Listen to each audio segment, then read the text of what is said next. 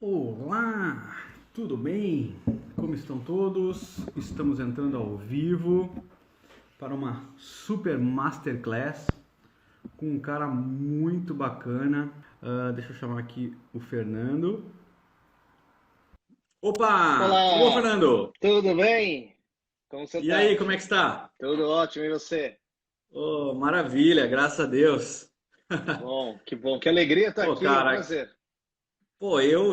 eu que te agradeço, cara, toda a atenção que você dispensou aí desde o nosso primeiro contato.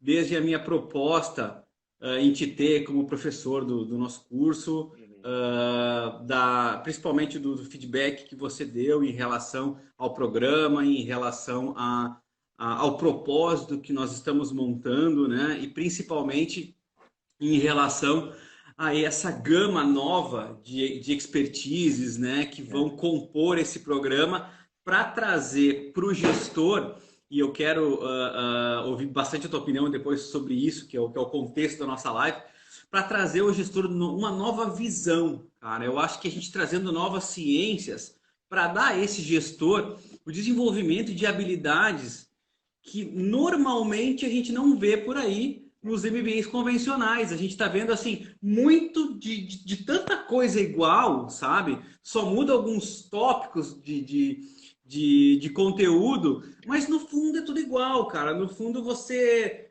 repete assunto, no fundo, sabe? Então, assim, o grande propósito, e é uma felicidade minha que o Fernando aceitou com tanto agrado isso, e entendeu, né, o meu propósito em relação a juntar essa gama de gente muito bacana que eles mesmos estão se conhecendo nas próprias lives que eu estou promovendo, né? Isso é. também é um propósito legal das lives, trazer, então, como responsabilidade agora do Fernando, esse assunto da hipnose, né, que eu já acompanho ele há algum tempo, a forma como ele trabalha, isso é o que me agrada muito em todos os professores que compõem esse programa, a forma como é passado isso. A gente vê várias pessoas falando sobre hipnose, mas algumas pessoas conseguem trazer esse assunto de uma forma que você consiga compreender melhor algo que é complexo. A gente não pode negar que tudo que mexe com mente, tudo que mexe com o cérebro,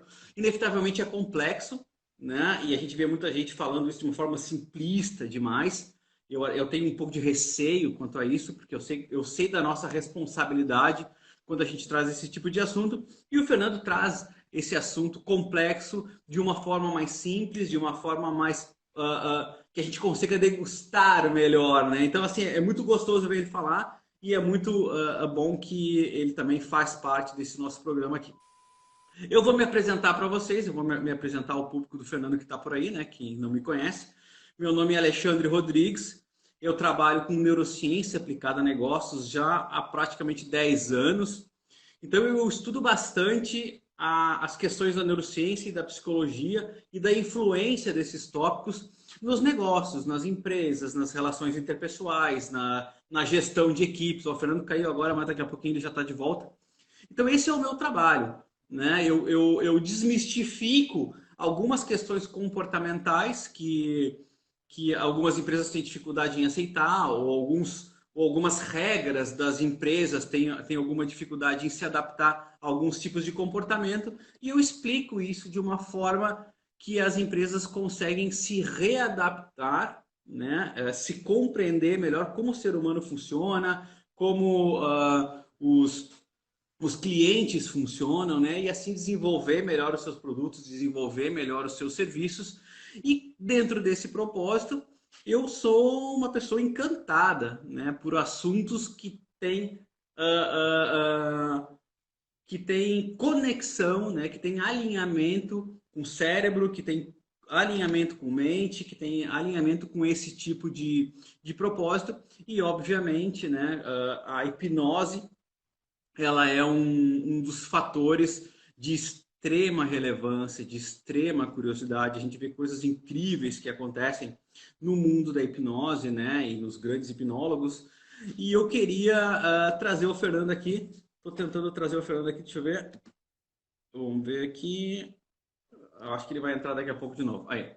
E eu quero trazer o Fernando aqui para que ele nos explique como isso realmente funciona, tá? Então, já quando ele entrar, eu já passo a palavra para ele e a gente já começa a trabalhar. Voltei. Opa, caiu rapidinho aí, mas já voltou. Já voltamos. Bom, Fernando, eu estava me introduzindo aqui um pouquinho, me apresentando um pouquinho do que eu Legal. faço, mas eu quero passar a palavra para você, para que Tá. você se apresente, né, para o Vamos. pessoal que está chegando aqui e a gente já começa o nosso assunto. Bora lá. Legal.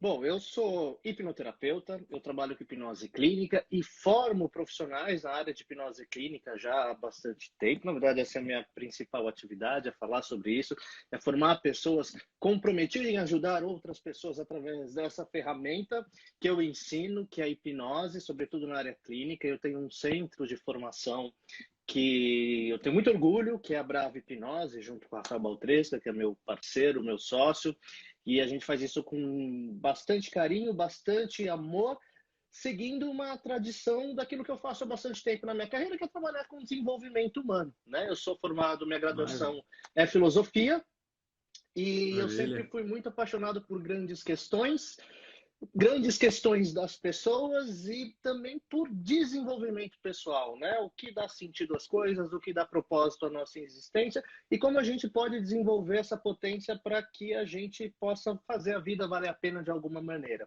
Isso me trouxe para a área clínica, para a área terapêutica e essa minha tem uma grande paixão também por ensinar, por comunicação. Isso me fez ser um formador nessa área também. Então essa é a minha principal atividade hoje. E agora encarando esse desafio novo aí de montar esse programa junto com vários caras muito É, legais aí.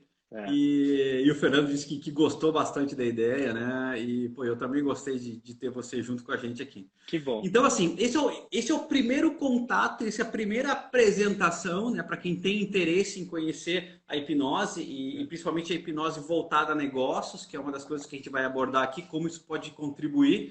Então, assim, a minha primeira pergunta, Fernando, que eu separei aqui, é a seguinte, ó. Nos explique o que é hipnose e como esse conhecimento pode ajudar a nossa vida. Eu acho que essa é a pergunta base que pode iniciar qualquer tipo de questão aqui nesse momento. É. É engraçado, né? Eu trabalho há tanto tempo com isso e a primeira pergunta que todo mundo sempre me faz em qualquer live, entrevista, participação é exatamente essa, né? O que é hipnose? E mesmo Ah, trabalhando há tanto tempo com isso, eu acho que é uma pergunta complexa de responder. Porque existem muitas formas simplistas de falar. Tem gente que vai dizer, olha, hipnose é foco e concentração, hipnose é um estado alterado de consciência. São respostas que têm a sua validade. Mas se você for observar bem, não existe uma hipnose, existem múltiplas hipnoses. A hipnose é uma palavra uhum. que tem de dar conta de fenômenos completamente diferentes e de ideias completamente diferentes sobre o que ela é, conforme, por exemplo, o autor. Cada autor que vai falar sobre hipnose ou que vai abordar hipnose, ou mesmo dentro de uma pesquisa que a gente vai estudar, a hipnose academicamente falando, a gente vai encontrar definições, às vezes, incompatíveis umas com as outras do que a hipnose é. Então, ela é uma Nossa. palavra que vai servir para descrever fenômenos completamente diferentes, né?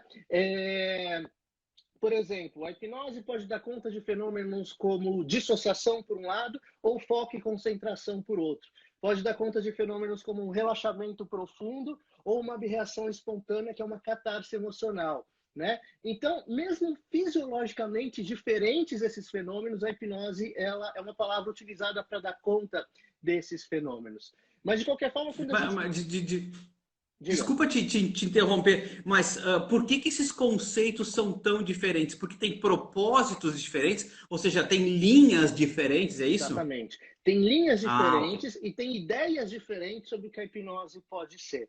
Né? Então, quando a gente vai Ok. falar de teorias para explicar o que a hipnose basicamente a gente pode dividir elas em, digamos, dois grupos. Um que vai identificar a hipnose em termos de atividade cerebral. Então, a hipnose seria nessa linha um estado alterado de consciência. E a gente tem depois um outro problema para definir o que seria um estado alterado de consciência, né? Mas Sim, até porque quando você bebe muito, você fica no estado alterado de consciência também. exatamente, né? Né? A simples relação de disfunção de conexões neurais já te traz estados alterados de consciência. Então, Exatamente. até que ponto isso é mais profundo ou mais raso? É isso que você está querendo dizer, então, é isso? Exatamente. É, Ok. aí existem as teorias que falam da hipnose como um estado alterado de consciência e as suas diferentes explicações. O que seria esse estado alterado que cada autor vai buscar explicar. Agora, há um Ok. outro grupo, uma outra linha que vai definir a hipnose mais como um estado psicológico natural, que tem mais a ver com atenção focada, com expectativa em relação à realidade e sugestionabilidade. Então, essas questões mais de ordem psicológica explicariam que a hipnose é dentro desse segundo grupo. O primeiro grupo, da hipnose como estado, ele está ligado mais a uma tradição da hipnose clássica, e o segundo grupo, a hipnose como um estado psicológico, natural, que todo mundo passa no dia a dia, isso está ligado mais a uma linha que é a hipnose ericksoniana, que o Milton Erickson é o autor bastante conhecido da hipnose no século Sim, XX, sim, que sim. traz essa linha de percepção de hipnose do dia a dia, de hipnose ligada à realidade. Então, O que sugere. Desculpa que imagina, eu vou te interrompendo, tá porque, bom. cara, eu sou muito chato mesmo para isso. O que acontece? Então, essa linha de hipnose pode ser encarada, inclusive, num estado emocional de paixão, por exemplo, quando você está, entre aspas, hipnotizado por alguém? Sem dúvida nenhuma, sem dúvida nenhuma. Não só Hum, paixão, quando a gente é influenciado, por claro, exemplo, por uma figura de autoridade, quando a gente está falando, por entendi, exemplo, de captar aquelas palestras motivacionais, quando a gente está falando de dinâmicas de entendi. grupo, quando a gente está falando, sei lá, de pânico, né? Estados de pânico, quando a gente está falando Lavagem cerebral pode? de certa forma, Lavagem sim. cerebral. De certa forma, sim. Quando você tem, por exemplo, quando você é influenciado por um pastor, um guru, um político, uma figura de grande autoridade que, de certa Uhum, forma, te leva, te persuade a fazer coisas que você não faria se não fosse entendi. levado por essa crença gerada pela autoridade dessa pessoa.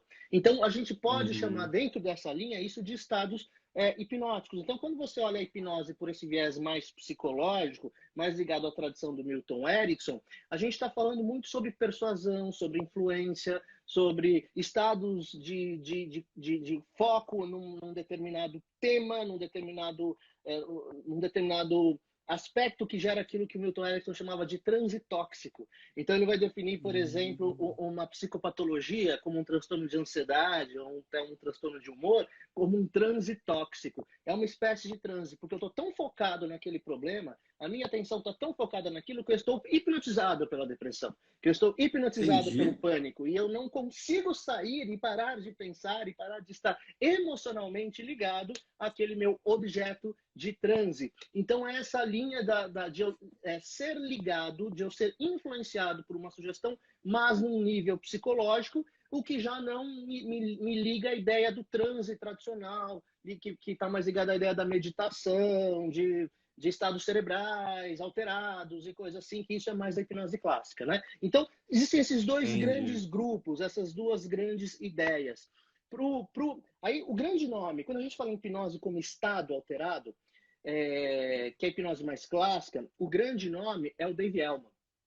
O Dave Elman, que foi um dos grandes gênios da hipnose do século XX, ele entendia a hipnose, e ele está ligado a essa tradição da hipnose como estado alterado, ele entendia a hipnose como a ultrapassagem do fator crítico, ou da faculdade crítica da mente para o estabelecimento de uma sugestão única.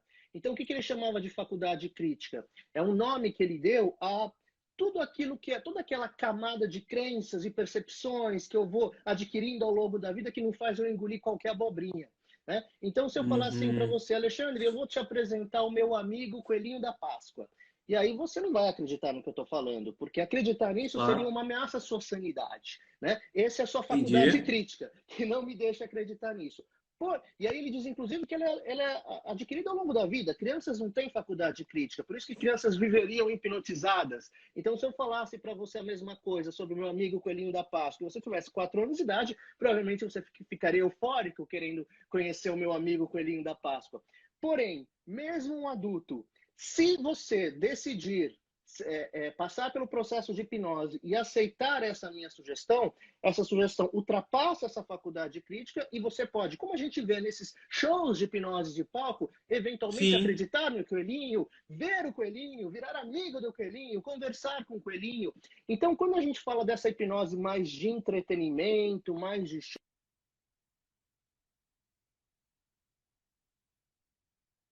do transe Opa, de acho que deu uma uma forma trancadinha tradicional, agora. onde eu percebo a realidade de uma outra maneira, porque a minha faculdade crítica, essa definição que o Dave Ellman dá, ela é rebaixada.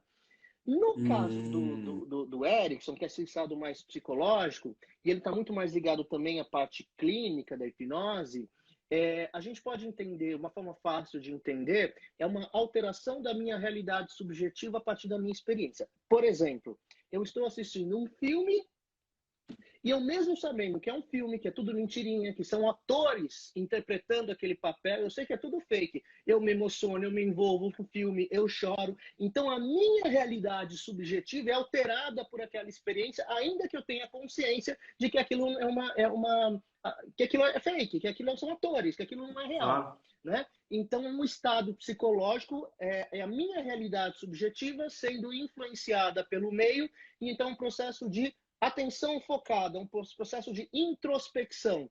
Quando eu penso na hipnose, nessa linha de hipnose ericksoniana no aspecto terapêutico, o trabalho basicamente é encontrar os recursos internos que eu tenho para trazê-los à tona para eu poder lidar com o meu problema. É trazer à consciência aqueles recursos que estão inconscientes para que eu possa lidar com a minha questão, com o meu problema. Então, essa linha ericksoniana vai muito para o aspecto terapêutico, mas ela está mais ligada a isso, a interiorização, a influência, a estado focado de atenção, a mudança da minha realidade subjetiva a partir da experiência a que eu sou exposto. Então, no fundo, a hipnose é uma restrição de portfólio de opções ao qual você se permite se autorrestringir. Seria mais ou menos isso, porque eu imagino quando você está vendo um filme de suspense, que você se assusta, o nosso cérebro, na verdade, ele não foi feito para ficção, ele foi feito somente para a realidade. Há 200 mil anos atrás, quando ele foi desenvolvido, não existia ficção, existia a realidade. É. Então, quando você se envolve, de certa forma, você se permite entrar em um estado de consciência alterada. Então, assim, você precisa se permitir a isso. Então, Sim. é possível você realizar hipnose em alguém que não permite que isso aconteça? Ou é mais difícil ou pode acontecer? Depende. Eu costumo brincar com os meus clientes quando eles vêm com essa dúvida, porque sempre tem um medo. E se eu não conseguir? E se for perigoso para Uhum. mim? Eu falo assim, geralmente a hipnose, ela só pode acontecer se você quiser, desde que você saiba que está sendo hipnotizado. E ela sempre será segura, desde que você saiba que você está sendo hipnotizado. Então, quando você procura um hipnotista de forma intencional, para que a gente possa fazer um trabalho de hipnoterapia, ou para que você seja voluntário de um show de hipnose de palco, ou seja, você sabe que está sendo hipnotizado, você se permite a isso, inclusive é você que se hipnotiza, a gente pode falar disso, porque toda hipnose é uma auto-hipnose. Então, quando você tem consciência, sabe, estabelece-se aquilo que a gente chama de contrato hipnótico. Eu sei que eu estou sendo hipnotizado. Na verdade, uma pessoa nunca pode hipnotizar a outra. Toda hipnose é auto-hipnose, então, portanto, a única pessoa que pode te hipnotizar é você mesmo. Então, o que eu, hipnotista, sou? Eu sou condutor de um processo. O meu trabalho é dizer para você o que você tem de fazer, quais instruções você tem que seguir, para que você se hipnotize e você tenha a experiência e tenha os fenômenos que a gente espera como resposta. Mas é você que se hipnotiza. Então, eu estou controlando você. Tem aqueles mitos da hipnose sob controle, mas hipnose não é sobre isso, porque você está seguindo as instruções a partir disso que a gente chama de contrato hipnótico.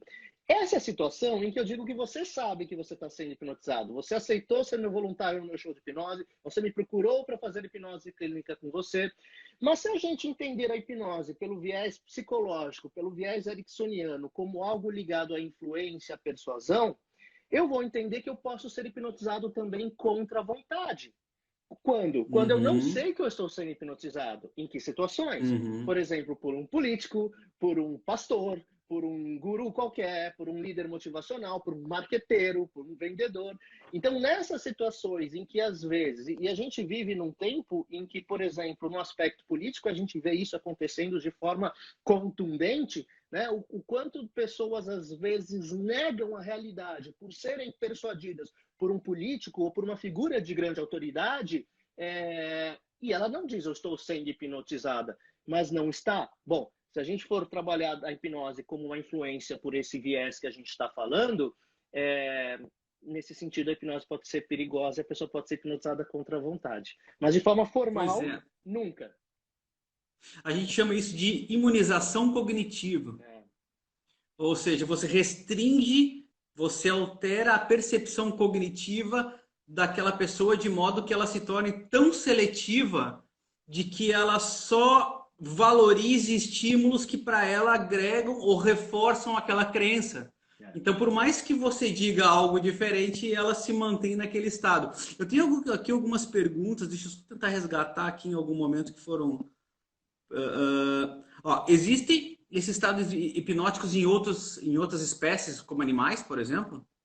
Na verdade, estados hipnóticos, como a gente conhece, como estados psicológicos de percepção da realidade, não da mesma forma, porque basicamente a gente precisa da comunicação, como a gente faz, enfim, a gente precisa do córtex para que a gente possa trabalhar a hipnose como a gente entende. Agora, existem mas o que você tem nos animais são os fenômenos de luta ou fuga, que estão Ok. ligados a determinadas respostas que a gente pode considerar como respostas hipnóticas. Mas não é hipnose Sim. no sentido de influência como a gente fala, né? Que isso É está mais muito a ver. treinamento, é mais doutrinamento. É mais um doutrinamento, um condicionamento a partir Ok. de determinadas experiências a que eles são submetidos. É mais Pavlov do Exatamente. que, Que, né? aliás, foi um grande Entendi. hipnotista, né, Pavlov? Então, tem aqui uma outra pergunta que diz assim, mas a questão de chorar num filme ou ter medo de um filme não seria mais uma questão de empatia ou até da própria função do neurônio espelho? Claro, a questão do neurônio espelho, eu acho que é a contribuição fisiológica ou neurofisiológica que a neurociência traz a todos os outros campos, né? Seja no campo da hipnose, da psicologia, da gestão, enfim, que é aí que entra o que eu faço, que é trazer essas explicações, ou seja, as explicações naturais e evolutivas que nós trazemos para as reações e os comportamentos que a gente tem agora. Mas a gente pode dizer que uma pessoa que chora num filme porque ela desenvolve essa empatia muito profunda com um determinado personagem, mesmo sabendo que aquele personagem não está passando por aquela situação de uma forma racional, é um tipo de hipnose? Não tenha dúvida, porque quando a gente fala em neurônio espelho, quando a gente traz conceitos da neurociência, a gente está atualizando determinadas ideias psicológicas que se sabe há bastante tempo, quando a gente não tinha ferramentas ou recursos para ter o olhar que a gente tem hoje. Mas, na verdade, a gente está falando de fenômenos correlatos, ou de outros nomes Claro, pelo qual esses fenômenos são conhecidos, né? Então, claro, o neurônio espelho, ele vai explicar determinados fenômenos de influência, em que eu me sinto influenciado por aquele contexto, por aquela situação. claro, Mas a gente está claro. falando basicamente da mesma coisa. Não, bacana, bacana. Eu tenho uma outra pergunta que diz assim, bom, em complemento daquela primeira pergunta, como é que esse conhecimento, como é que conhecer a hipnose? Eu vou dizer assim, eu não pretendo ser hipnoterapeuta, mas por que é importante eu conhecer a hipnose, como ela funciona e até que ponto eu não sendo um hipnoterapeuta, eu posso utilizar isso para minha vida profissional, para minha vida pessoal, para para ter mais sucesso ou para ter mais paz, alegria, não sei como a gente pode falar, mas que eu consiga angariar recompensas gratificantes para minha vida. De Como é que esse certa... conhecimento pode me ajudar a isso? Olha, esse conhecimento pode te ajudar, primeiro entendendo o que é a hipnose, se a gente for olhar a hipnose, né?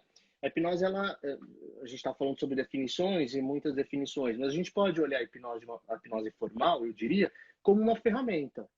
E uma Ok. ferramenta que ela pode se prestar, por exemplo, a auxiliar profissionais de determinadas áreas, por exemplo, um psicólogo pode usar a hipnose como ferramenta para acelerar e potencializar o processo psicoterapêutico dentro da sua base, da sua própria base teórica. Um médico pode utilizar a hipnose para trabalhar estratégias de controle de dor, por exemplo, que vão ajudá-lo naquele Claro. processo. Um fisioterapeuta, idem. Um coach pode usar a hipnose para permitir que você ressignifique determinados bloqueios emocionais ou crenças limitantes que impeçam o cliente dele de entrar em ação, e por aí vai. Se eu for Entendi. olhar para qualquer linha assim, profissional, eu vou ver, dentro de várias profissões, a hipnose como uma ferramenta que me permite trazer à tona recursos que eu tenho para lidar com determinadas questões ou superar determinadas dificuldades. É algo mais ou menos buscar a autoeficácia, né? Vamos olhar assim um pouco mais para a Uhum, tradição humanista da psicologia e entender que está ligado a uhum. isso. Então, ela é uma ferramenta que potencializa resultados, que potencializa performances. Entender isso me ajuda a perceber que conhecer a hipnose também me ajuda a perceber que a hipnose está ligado ao engajamento das crenças e da minha imaginação na criação da minha realidade subjetiva. Então, eu sempre vou agir e vou ter uma percepção de mundo baseado nas minhas crenças, que estimulam a minha imaginação. Essa imaginação me leva o meu cérebro a fazer determinadas predições, previsões, que vão me levar a agir de uma determinada maneira, e isso é um looping que permite que isso se potencialize de uma maneira negativa ou positiva. Por exemplo, Claro. eu posso, sei lá, vamos ilustrar uma história imaginária. Eu posso pensar num professor de rede pública que trabalha numa escola pública sem nenhum tipo de condição de trabalho. Então, não tem material didático para trabalhar com os adultos, não tem assistência do Estado, não tem alunos genuinamente interessados, e ele trabalha num lugar longe, inóspito, e esse professor de escola pública pode odiar aquele trabalho e pode ser infeliz naquilo que ele faz, porque ele não tem condições adequadas de trabalho. Mas talvez um Ok. outro professor, numa mesma escola, ele entenda que aquilo que ele faz é um propósito, é uma missão para a vida dele. Ele vê sentido e significado e ele imagina que por mais difíceis que sejam as condições de trabalho, se ele conseguir mobilizar um único aluno no processo educacional dele que possa influenciá-lo de alguma maneira, já terá valido a pena. Então, esse professor, trabalhando sob as mesmas condições ruins, ele terá qualidade de vida e será feliz naquele trabalho. Então, qual é a diferença entre esses dois professores? A forma como ele percebe o contexto. Isso está ligado Entendi. aos seus recursos emocionais e também à sua história de vida, que de certa forma foi me, digamos assim, vou usar uma metáfora que não é muito técnica, mas foi me programando, entre aspas, para eu interpretar o mundo da forma como eu interpreto, ou o contexto em que eu vivo da forma como eu interpreto. Saber que a forma como eu percebo o mundo é consequência das minhas experiências e a interpretação com que eu olho o mundo é o que vai condicionar, o que vai dirigir a minha vida de qualidade ou sem qualidade, me permite Uhum. entender que a hipnose, ou mesmo a auto-hipnose, que é a possibilidade de eu fazer isso comigo mesmo, me permite criar usando esses recursos de imaginação, que a hipnose é um processo que acontece na imaginação, novas previsões do cérebro que me permitem criar novas crenças e novas percepções da minha realidade, para que seja menos negativamente enviesada e mais próspera do ponto de vista de encontrar sentido, significado, valores, propósito naquilo que eu faço. O resultado Uhum. disso é uma vida mais feliz, ou uma vida de mais performance, ou uma vida de mais qualidade, não porque eu estou mudando um contexto que às vezes não está no meu controle mudar, mas porque através de ferramentas que me permitam ter mais estabilidade, mais controle emocional, mudar a minha percepção dessa realidade que me traz a vida que eu preciso. Então, aprender a hipnose, conhecer a hipnose é uma estratégia que pode, de uma forma muito prática, melhorar a minha produtividade profissional, porque ela é uma ferramenta que, independente da minha área de atuação, ela pode me ajudar, mas ela pode ser uma ferramenta de autodesenvolvimento para que eu tenha mais performance, mais qualidade de vida, mais controle emocional, quando eu, digamos, me envolvo em utilizar essa ferramenta de autodesenvolvimento, em aprender, em buscar os recursos que eu já tenho para lidar com as dificuldades da vida, com as dificuldades que se colocam para mim. Bacana, cara. Isso aí eu acho sensacional, porque tem algumas pessoas que fazem isso através das suas reflexões, ou seja, do autoconhecimento. Ele vai descobrindo elementos e estímulos dentro de realidades específicas, ao qual ele começa a selecionar quais estímulos ele absorve, quais estímulos ele contempla, obviamente dentro de uma realidade mais próxima, né, da verdade, porque nem toda a realidade que a gente imagina é o que realmente está acontecendo, a gente consegue comprovar dentro dos próprios cursos que a gente faz, mas quando você tem a capacidade de enxergar de fora o contexto e escolher como você vai se inserir nisso, é algo genial. E quando você consegue sacar que você pode fazer isso com outras pessoas também, aí você consegue entender realmente a diferença entre os seres humanos, o potencial de cada ser humano e como você pode propiciar ao outro ser humano também uma melhor performance, porque você consegue avaliar as suas fraquezas, as suas fragilidades de uma maneira que você possa estimular e desenvolver, né? Então é incrível Exatamente. isso, né? É exatamente sobre isso, Nossa. né? E tem uma outra pergunta que diz assim: é ético utilizar a hipnose para descobrir as sensações de pessoas em relação a determinados estímulos? Ou seja, é ético você tirar informações de uma pessoa em estado de hipnose? Talvez seja isso que ela tenha perguntado aqui. Ah. Na verdade, isso é um mito. A gente Ah, não pode. é? É um mito. A gente não pode. é, quando eu brinco assim, a hipnose só pode ser perigosa quando você não sabe que está sendo hipnotizado, né? Quando a gente é influenciado por Uhum. uma figura de autoridade, é um pouco uma brincadeira para trazer esse olhar. Quando eu procuro um hipnotista, quando para fazer uma terapia ou para eu participar de uma demonstração qualquer, eu estou voluntariamente passando pelo processo e sou eu que estou fazendo o processo. Então, quando a gente fala Ok. que toda hipnose é auto-hipnose, basicamente, se eu for te hipnotizar, isso é só uma forma de falar, porque eu não posso te hipnotizar. Eu, na verdade, Alexandre, eu nunca hipnotizei ninguém. Uma pessoa não pode hipnotizar outra. Então, o que nós fazemos é dar sugestões, é dar instruções para que você voluntariamente siga ou não. Dentro dos meus clientes com os meus clientes de hipnose clínica, eu falo para eles, você é responsável pelo seu processo. Se você seguir as minhas instruções, você pode sair daqui melhor do que você entrou. Mas se você não seguir as Uhum. minhas instruções, você pode sair daqui do mesmo jeito que você entrou. O que isso significa? Que quem faz o processo é ele, quem assume a responsabilidade pelo processo é ele, e eu não posso influenciá-lo a fazer alguma coisa contra a vontade dele. Então, uma coisa que às vezes. Então, tem esse mito de que hipnose é sobre perda de controle, né? Ou seja, quando eu hipnotizo uma pessoa, eu estou assumindo o controle da mente dela, mas na verdade é exatamente o contrário. Eu vejo a hipnose como uma estratégia para assumir o controle, não para perder o controle.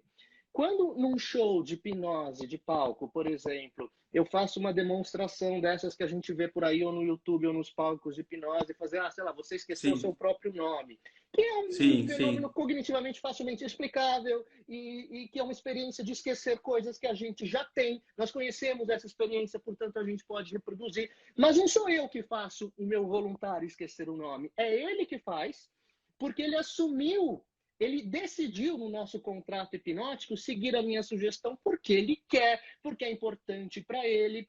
Então, às vezes, quando eu estou fazendo uma demonstração para um grande público e eu faço, por exemplo, esse número, olha, eu faço uma pessoa esquecer o próprio nome, eu explico isso. Foi ela que esqueceu, não fui eu que fiz ela esquecer o próprio nome. E ela só pôde esquecer porque ela assumiu o controle da mente dela a tal nível que ela pôde, inclusive, desligar a lembrança do nome dela e retomar assim que ela quiser.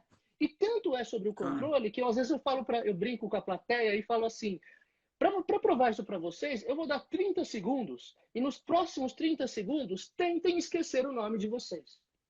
E aí eu dou 30 segundos e ninguém consegue esquecer o próprio nome. E por que vocês não conseguem esquecer o próprio nome? Porque vocês não estão no controle. Se você tivesse um controle a tal ponto da sua mente que você pudesse desligar pelo tempo que você quiser a própria lembrança do nome, ou pelo menos ter essa impressão, aí sim eu diria que você realmente está com controle das suas emoções e das suas intenções, realmente poderoso. Mas você está fora do controle. Então, a hipnose não é sobre perder o controle. Porque ela quis esquecer o nome, porque aquilo era legal para ela, queria ter aquela experiência, ela aceitou aquela sugestão, ela permitiu isso. Quando eu olho isso pelo viés terapêutico, pelo viés da hipnoterapia, ou pelo viés do desenvolvimento humano, que o gestor vai se interessar para que ele tenha mais performance, mais resultado, melhores tomadas de decisões, eu estou dizendo a mesma coisa, que é sobre assumir o controle. Então, as pessoas, às vezes, elas vêm para um processo de hipnoterapia com uma expectativa errada de que eu vou usar os meus poderes hipnóticos e vou eu mudar o passado dela, ou eu desbloquear as crenças limitantes uhum, que impedem ela de performar. Mas a beleza desse processo é que, assim como toda hipnose é uma auto-hipnose, toda hipnoterapia é uma autoterapia. É ela que se hipnotiza, é ela que resolve seguir as instruções, é ela que vai encontrar eventualmente as causas daquilo que está acontecendo e ela que vai ressignificar dentro do próprio repertório que ela tem e dos recursos internos que ela possui aquele processo para que ela alcance a autoeficácia. Então, a beleza desse processo é que não é sobre tirar o poder, é sobre dar o poder. Se fosse verdade isso que a pergunta coloca, é uma questão ética eu tirar informações da pessoa. Se eu pudesse realmente tirar informações da pessoa, eu também poderia dizer para o meu cliente, olha, fica tranquilo aí que eu vou me responsabilizar pela tua cura. Pode deixar que eu vou usar os meus poderes, eu vou resolver seu transtorno de ansiedade, a tua crença limitante, a tua depressão. Você só fecha os olhos aí que eu faço o trabalho. Mas a verdade não é assim. Quem faz o trabalho é ela e eu sou o condutor de um processo. Tudo que eu faço tem uma base teórica na psicologia, independentemente da linha.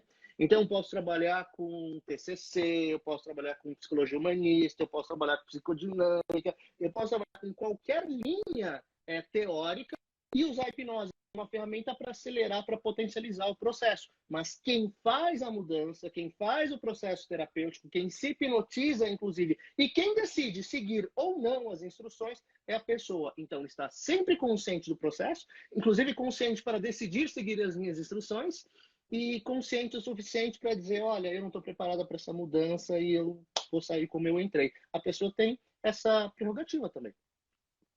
mas tem hipnólogos que têm uma facilidade muito maior em adquirir esse domínio ou desenvolver esse elo de ligação. A gente vê alguns showmans da vida aí, que o cara ele põe a mão no rosto e a pessoa já dorme instantaneamente. É. Isso eu te confesso assim que eu já vi cada coisa maluca do cara assim comer uma cebola e dizer que era uma maçã, ou enxergar alguém na plateia dizendo que ela é, sei lá, o Michael Jackson que está na plateia, e o cara fica maluco. É. Entrando nessa linha de que você se permite que isso aconteça, como é que tem algumas pessoas que têm esse poder de criar esse vínculo tão forte a ponto de sugestionar algo e esse algo se tornar uma verdade absoluta? Uhum. Isso é mito? Acontece? Cara, e isso é o que me deixa muito maluco, assim, nessa ciência, né? Isso acontece. Eu faço essas demonstrações muitas vezes para explicar Que legal, hipnose, cara. para demonstrar hipnose, mas isso sempre tem um porquê. Às vezes quando a gente vê no YouTube ou vê no vídeo, a gente está vendo uma parte do processo, né? Ok. Primeira coisa que a gente tem que entender. Quando a gente está olhando para esse tipo de hipnose como estado alterado, aí nós estamos falando daquela hipnose do palco, que é o estado alterado. A pessoa tem Isso. uma mudança clara de percepção da realidade. Ela está vendo uma coisa que não está lá, ela percebe a realidade de uma Isso. maneira completamente diferente, ela tem uma amnésia de alguma coisa que ela sempre soube. Por exemplo, ele esquece o número 7. Como assim eu vou esquecer o número 7? Ele sempre esteve Isso, aqui, isso, né? Então, isso. esse tipo de fenômeno, ele é muito interessante porque ele vai trabalhar com a capacidade do nosso cérebro para fazer previsões. E o que nós fazemos, basicamente, isso não está no poder do hipnotista. Claro, está na capacidade dele, que a grande habilidade que um bom hipnotista tem, de influenciar as crenças da pessoa e a expectativa dela para que ela ative a imaginação e, a partir da imaginação, criar novas previsões, como, por exemplo, de que a cebola, na verdade, é uma maçã. E isso a gente consegue fazer com todas as pessoas, mas algumas terão mais facilidade do que outras. Todas as pessoas podem ser hipnotizáveis, todas as pessoas podem ter fenômenos complexos como esses que você está dizendo, mas algumas terão mais facilidade para esse tipo de fenômeno do que outras. É mais ou menos como aprender um instrumento musical. Qualquer pessoa pode aprender a tocar um piano, mas algumas, muito crianças, vão pegar um piano e já vão tirar um som bem legal, outras precisam ralar muito. Com a hipnose, a habilidade de você seguir esse tipo de instrução é a mesma coisa. Algumas pessoas têm muita facilidade, principalmente para esse tipo de instrução de entretenimento, e outras não. O Gerald Kine, que é um grande autor de hipnose do século XX, foi um dos meus mestres, ele dizia que para uma sugestão ser aceita por uma pessoa, ela tem que ter uma característica que ela tem que ter uma aceitabilidade, ela tem que ser uma sugestão aceitável para aquela pessoa. Para algumas pessoas, imaginar que aquela cebola é uma maçã e conseguir, a partir da capacidade de prever o gosto da maçã e o formato da maçã, perceber aquilo como uma realidade, para algumas pessoas isso é uma sugestão aceitável. Logo, essa é um bom voluntário para uma apresentação de hipnose de palco. Para outras pessoas não é. Então ela não é um bom voluntário. Então o que o hipnotista de palco faz? O hipnotista de palco, ele faz testes com a plateia antes de escolher os voluntários que virão. E o teu som sumiu. O teu som sumiu. Agora sim, Agora sim. Acabou a minha bateria aqui. Está me ouvindo bem? Sim, agora sim. Tá. Então, na verdade, não é porque... O que esse hipnotista de palco faz? Ele vai fazer testes com a plateia para que ele perceba uma porcentagem de 15% a 20% daquela plateia que é mais suscetível a essas instruções de entretenimento, como comer a cebola e uma maçã, esquecer o nome, essas coisas, e ele vai fazer testes. Antes de escolher os voluntários, ele não vai escolher aleatoriamente quem são os voluntários. Ele fará testes. E como é que ele faz isso? Tem várias formas de fazer, mas o teste mais clássico, você já deve ter visto, é o da mão colada. Da mão. Esse aqui. Sim. Esse é o teste clássico. Então, o que ele vai fazer? Ele vai, com toda a plateia, fazer isso aqui, né? Agora, façam esse movimento e imaginem que essa mão está completamente colada. Faz lá sua mise-en-scène e aí ele vai dizer, tentem soltar as mãos. Uma porcentagem X, sei lá, 80% das pessoas vai soltar as mãos. 20% não vai soltar as mãos.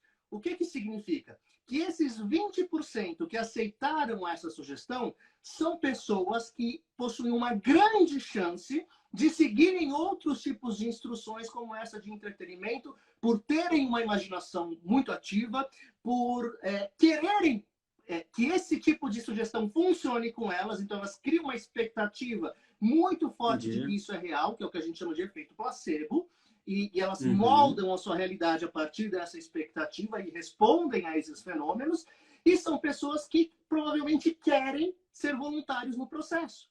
Então, entre essas pessoas que estão com a mão colada, isso é um teste, ele vai chamar os voluntários para o palco. Às vezes, as pessoas respondem aos fenômenos na plateia, mas quando vai para o palco, ela para de responder. Porque quando está diante do público, ela se sente ameaçada, se sente constrangida ou com medo e para de responder. Aí o hipnotista de palco manda elas de volta para o lugar e continua com as que estão respondendo. Então, é muito comum você ver nesses shows uma fileira de cadeiras, que é onde ele chama os voluntários que passaram nos testes, e aqueles que não vão respondendo, ele vai colocando de volta para a plateia e retirando as cadeiras para que não fiquem os buracos no palco. E ele vai fazer o show criando uma escala de fenômenos mais simples. Começa com fenômenos mais simples, fenômenos binários, tipo colar as mãos, às vezes tirar a voz, esquecer o nome, até fenômenos mais complexos, que são os últimos, que são os fenômenos de alucinação,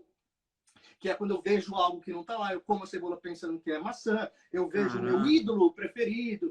E aí, quando as pessoas estão... Existe um conceito que a gente chama de looping hipnótico, que à medida que eu vou respondendo a sugestões mais simples, a minha expectativa de que aquilo vai aumentando, vai se tornando maior, a crença que eu tenho no processo se torna maior. Então, como é que funciona? Por exemplo, eu tenho aqui uma resposta fisiológica. A minha mão colou.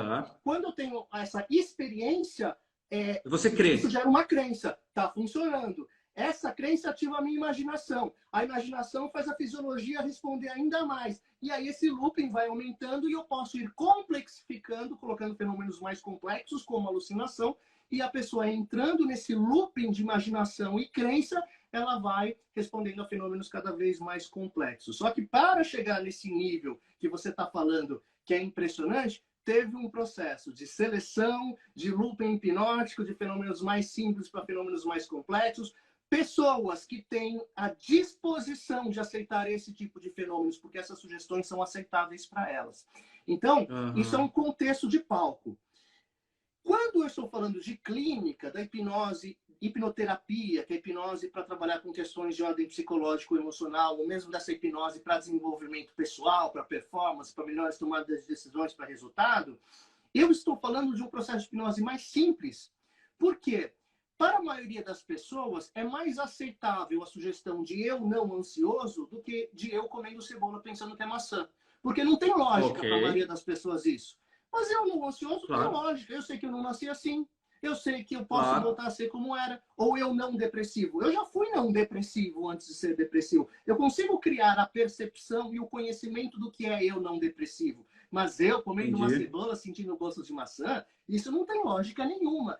Então, para a maioria das pessoas, as sugestões terapêuticas, elas são muito mais aceitáveis.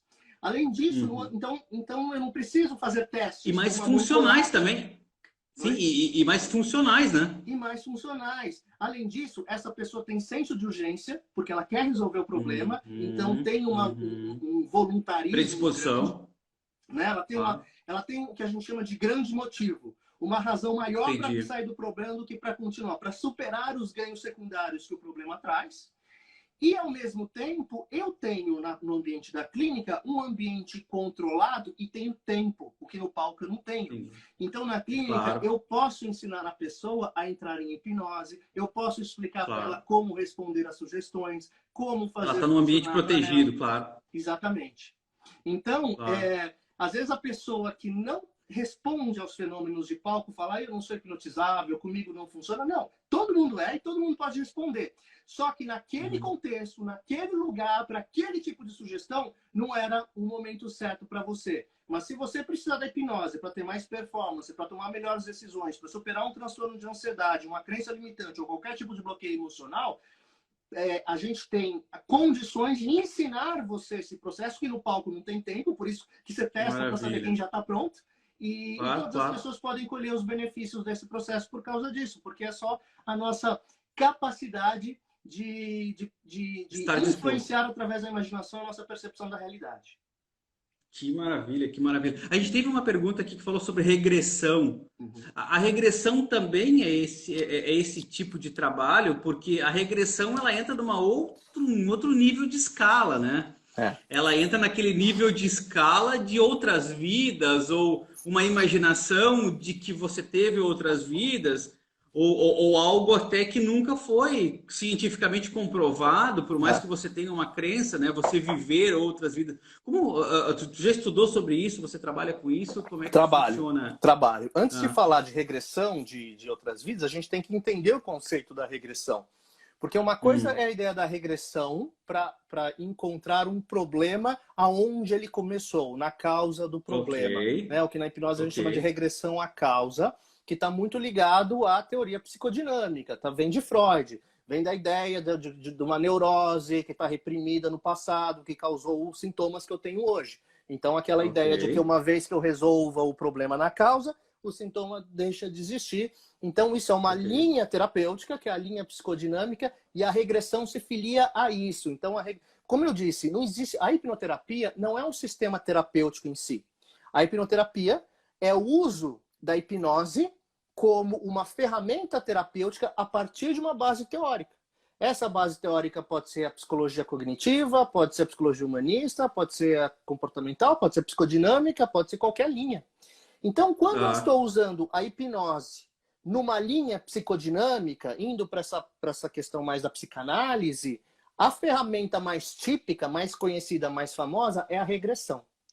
Então, qual é a ideia da regressão como instrumento terapêutico? Por exemplo, eu tenho uma fobia, eu tenho medo de avião, medo de voar.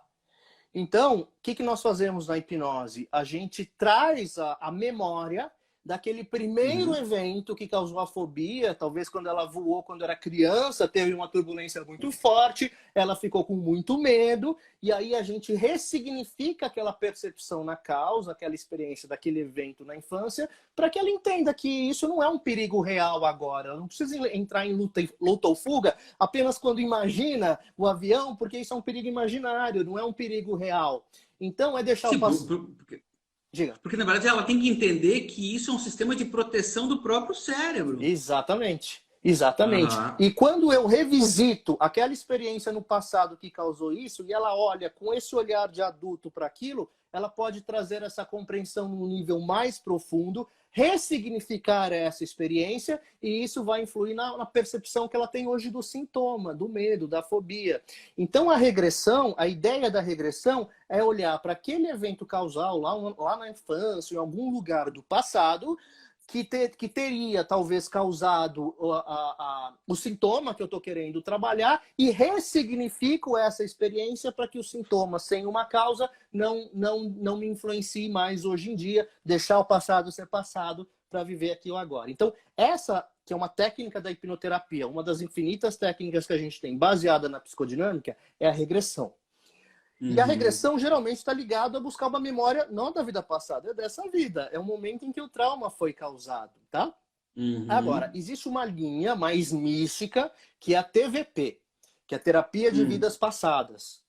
A terapia de vidas passadas é a mesma ideia da regressão, mas partindo do pressuposto que o que causou o meu trauma foi uma experiência que eu tive numa outra vida, numa existência anterior, etc. e tal. Há alguns profissionais que trabalharão apenas com TVP, que vão partir do princípio de que os problemas são sempre causados em vidas passadas.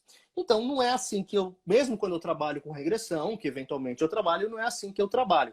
Até porque a questão da vida passada é uma questão de crença da pessoa espiritual. Não existe nenhuma evidência, nenhuma base científica, nada que possa dizer foi numa vida passada.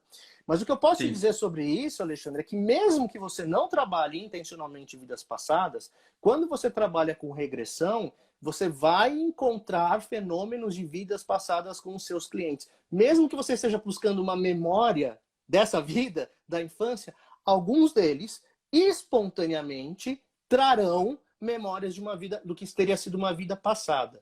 Geralmente, isso acontece com pessoas que acreditam em vidas passadas.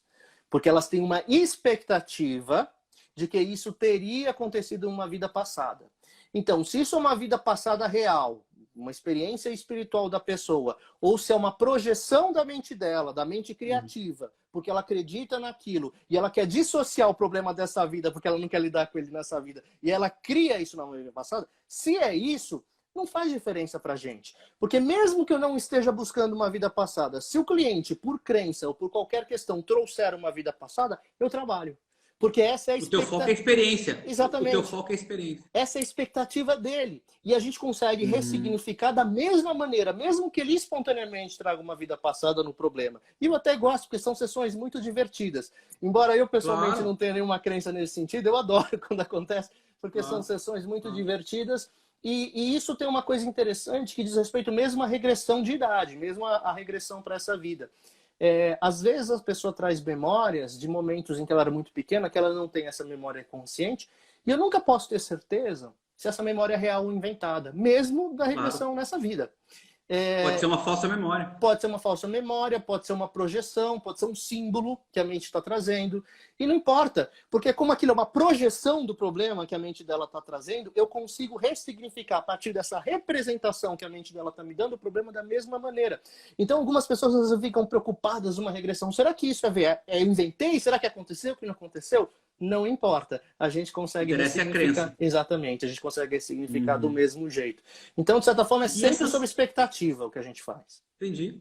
E essas memórias, obviamente, elas estão num subconsciente, em um local onde normalmente você não tem acesso fácil, a não ser por meditação, a não ser no momento ao qual você se permite encontrar esse lugar, né? Que não é natural, assim. Eu não vejo isso com muita naturalidade. Eu digo assim, pô, lembra do que você almoçou na segunda-feira passada? Ninguém tem essa memória, a não ser que você tenha uma relação emocional envolvida nesse momento. Esse acesso, ele é um acesso facilitado por memória emocional, ou você pode encontrar qualquer momento da sua vida nesse subconsciente ou nesse local onde você acessa? Tá. Na teoria, quando a gente vai pensar na teoria, quando isso foi criado, quando essas técnicas começaram a ser utilizadas lá nos anos 50, você tinha a ideia da memória de longo prazo, onde a mente subconsciente registraria tudo e você poderia ter acesso a qualquer coisa. Hoje a gente sabe que não é bem assim.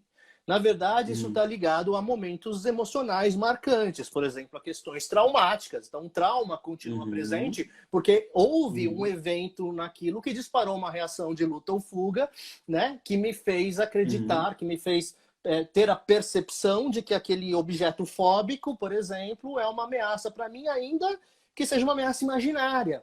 Né? Então, sim, ele está sempre... Quando a gente trabalha terapeuticamente, a gente está buscando eventos que há uma grande emoção, um grande aspecto emocional envolvido, porque isso foi registrado dessa forma.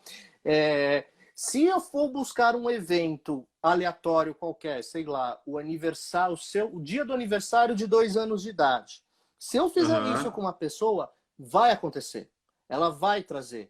Muito provavelmente será a mente criativa dela criando como foi esse evento. Eu não tenho como verificar se foi ou não.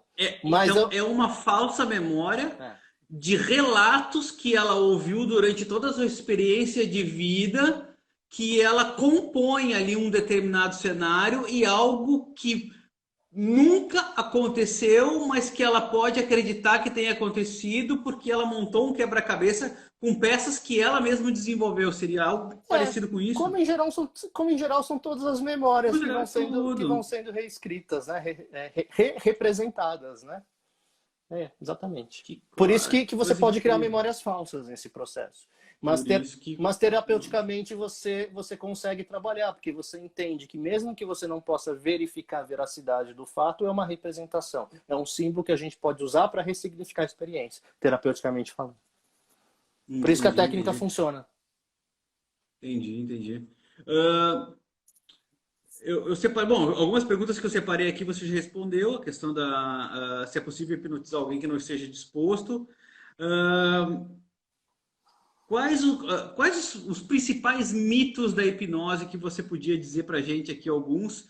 E o que é realmente verdade sobre a hipnose? Primeiro, eu vou começar pelos mitos. O que muito se fala por aí que você vê, diz, cara, isso é uma bobagem, ou esse cara é um artista, ou esse cara quer seguidor, ou esse cara quer like, ou esse cara quer audiência? Às vezes quer mesmo, né?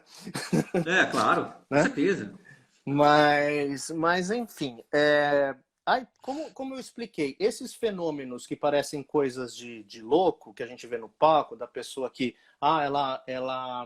eu estalo os dedos, ela fecha os olhos e cai. Não, ela está condicionada a isso, foi dada a instrução. Toda vez que eu estalar os dedos, você fecha os olhos e relaxa o seu corpo. Por isso que ela está condicionada a essa sugestão que foi dada para ela. Ela está respondendo aos fenômenos porque ela passou nos testes, a gente viu que é uma sugestão aceitável, ela está dentro daquele loop hipnótico. Então, tudo que você vê é real, mas às vezes você vê o trecho de um vídeo editado e você não sabe a preparação que aconteceu antes. Quando a gente vai em TV, por exemplo, fazer uma demonstração num programa de TV, aquilo pode até ser ao vivo, mas antes, aqueles voluntários foram preparados nos bastidores para a gente saber quem vai responder aos fenômenos. Isso nunca é no palco ao vivo. Senão você vai ter falhas, porque você não sabe se aquela pessoa vai ou não responder aquele tipo de fenômeno sem uma instrução, sem um tempo adequado para ensiná-la no processo. Então eu quero aqueles 15, 20% de pessoas que eu sei que vão responder porque elas têm isso naturalmente, para aquele tipo de sugestão naquele contexto. Então, esses Nossa. fenômenos são reais, mas tem alguns detalhes a mais que nem sempre é contado pra gente. Agora, os mitos de hipnose, eles podem ser rastreados, na verdade. Eles são todos criados. E a gente pode voltar lá para o século XIX, num romance chamado Trilby, lá de 1894, de um cara chamado Georges du Maurier, que, bom, no século XIX não tinha TV, não tinha rádio, então as pessoas se entretinham com, não era novela, eram os romances. E tinha esse romance, o Trilby, que era de uma mocinha, que ela cantava muito mal, e tinha um maestro da orquestra que era um hipnotista malvadão. Toda vez que ele hipnotizava ela, ela cantava lindamente, maravilhosamente bem. E aí ele foi excursionar com ela pela Europa, ganhando muito dinheiro, hipnotizando ela. E quando ela ficava hipnotizada, ela fazia todas as vontades dele. Ela ficava presa na hipnose e não conseguia sair sozinha. Então, todos aqueles mitos que a gente conhece sobre hipnose foram criados lá. E isso entrou meio que na imaginação, na cultura do século XX, até porque teve 6 versões desse livro para o cinema, e uma mais famosa é de um filme de 1931, cinema mudo ainda, chamado Svengali, que foi tipo um blockbuster da época, um grande sucesso, que entrou na nossa cultura mesmo, assim, muita gente viu isso.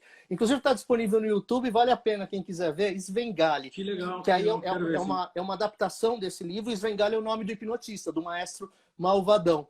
E você assistindo esse filme, você vai ver que está tudo lá. Todos os mitos da hipnose, todas as concepções erradas que as pessoas têm sobre a hipnose. Quais são elas? Que é tipo a primeira coisa que a gente tem que trabalhar quando a gente vai hipnotizar uma pessoa pela primeira vez, num processo qualquer, ou seja no palco, seja na terapia. Por quê? Porque uma das coisas que mais podem impedir uma pessoa de entrar em hipnose é o medo da hipnose. A gente tem medo daquilo que pode ser ameaçador para a gente. E o medo, nesse sentido, é geralmente fruto do desconhecimento sobre o que a hipnose é. Com certeza. Quando eu entendo a hipnose como um estado natural, em que é sobre eu trazer o meu poder, não eu ceder o meu poder para outra pessoa, que é um estado em que eu já tive várias vezes, quando eu estou vendo um filme, quando eu me sinto influenciado por alguém importante, quando eu estou apaixonado, e que eu posso utilizá-lo para ter mais controle das minhas emoções e dos meus comportamentos, até resolver problemas que me incomodam, e é um estado absolutamente seguro, eu não tenho por que temer algo que é natural e que eu já vivencio todos os dias. Então, a primeira coisa que a gente tem de fazer para que a pessoa se permita passar pelo processo e se engaje nele é explicar isso e tirar todos os mitos. Quais são os principais medos e mitos em relação à hipnose? Então, para responder a sua pergunta, que o Svengali lá criou. Primeiro, medo de ficar inconsciente. Então, a pessoa, quando ela está em hipnose, ela está sempre consciente do processo, né? A hipnose, como eu disse, como é um estado psicológico, ela não tem nada a ver com consciência ou inconsciência. Então, dentro da tradição da hipnose clássica, você faz uma indução de relaxamento da pessoa, porque quando você relaxa o corpo, é mais fácil para você responder a determinadas sugestões sem ficar pensando em um monte de coisas e atrapalhando o processo. Então, o relaxamento físico é apenas uma estratégia para diminuir as resistências, rebaixar o nível crítico da pessoa e diminuir as resistências a determinadas sugestões. Então, às vezes você tem É tipo um mindfulness. Dá uma... eu posso chamar assim, é um mindfulness com outro nome. Ok. Tá? Só que com uma diferença que aqui eu tenho a intenção de dar sugestões. Né? Diferente do mindfulness. Então é como uma meditação com outro nome, mas a pessoa, como no mindfulness, como em qualquer meditação, ela está sempre consciente do processo. Tanto que se na terapia a pessoa não quiser mais participar do processo, ela pode abrir o olho e dizer não quero mais. Então ela está sempre consciente. Se ela perder a consciência é porque ela dormiu, e aí eu tenho que acordá-la, porque dormindo não tem processo terapêutico. Ela precisa realmente estar acordada e consciente para poder seguir as minhas instruções. Sem consciência, ela não pode seguir as minhas instruções. O outro medo que tem é medo de ser controlado, de fazer algo contra a vontade. Se ela está consciente, né? Se ela está consciente, se eu falar assim para ela, se eu der uma sugestão esdrúxula qualquer, agora você está sob meu poder, você vai levantar dessa cadeira e pular dessa janela. Ela vai dizer... Ou vai no banco, vai tirar dinheiro e vai me dar. Exatamente. Ela vai dizer, não, não vou, não quero, né? Uma pessoa até pode ser enganada, mas ela pode ser enganada fora da hipnose ou na hipnose. É porque ela está sendo enganada, mas não é porque ela está sendo controlada ou fazendo coisa contra a vontade. Ela pode até fazer porque está sendo enganada por uma figura que a ilude. mas ela não pode fazer nada contra a vontade dela, tá? Então, porque ela está sempre consciente, então ela decide ou não seguir uma instrução. Isso é uma coisa fundamental dentro do processo terapêutico, que é sempre sobre dar o poder, sobre empoderar. Então, ela tem de dar consciência para saber o que ela quer. Mesmo para enfrentar os monstros, os bloqueios, os medos, as grandes dificuldades, ela tem de ter uma decisão consciente. Eu vou enfrentar, eu vou arrancar essa roupa de vítima de um medo, de uma depressão, de uma fobia, eu quero assumir o controle de volta. A terapia breve, ela depende muito do engajamento da pessoa, de decisão de superar as dificuldades, de enfrentar e fazer o que for necessário para a superação. Se ela não estiver preparada para isso, tem que ir para os medicamentos, tem que ir para um outro trabalho. Mas a terapia breve depende dessa consciência. Não, e o que é uma informação extremamente importante, porque a energia despendida é dela, não é tua. Sempre, sempre. Que é o que as pessoas não sabem separar. Ou seja, eu vou consultar com o Fernando para ele resolver os meus problemas. Para ele resolver os meus problemas, é. Mas não, você vai consultar com o Fernando para ele facilitar o caminho para que você enfrente as suas dores e supere as suas próprias dores. Ou seja, a disposição de enfrentar esse desafio é de quem está ali, né? É. Uma coisa, um ditado que é absolutamente verdadeiro é aquele que diz: ninguém muda ninguém. Então eu não posso mudar uma outra pessoa. O que eu posso ser oportunizador dessa mudança.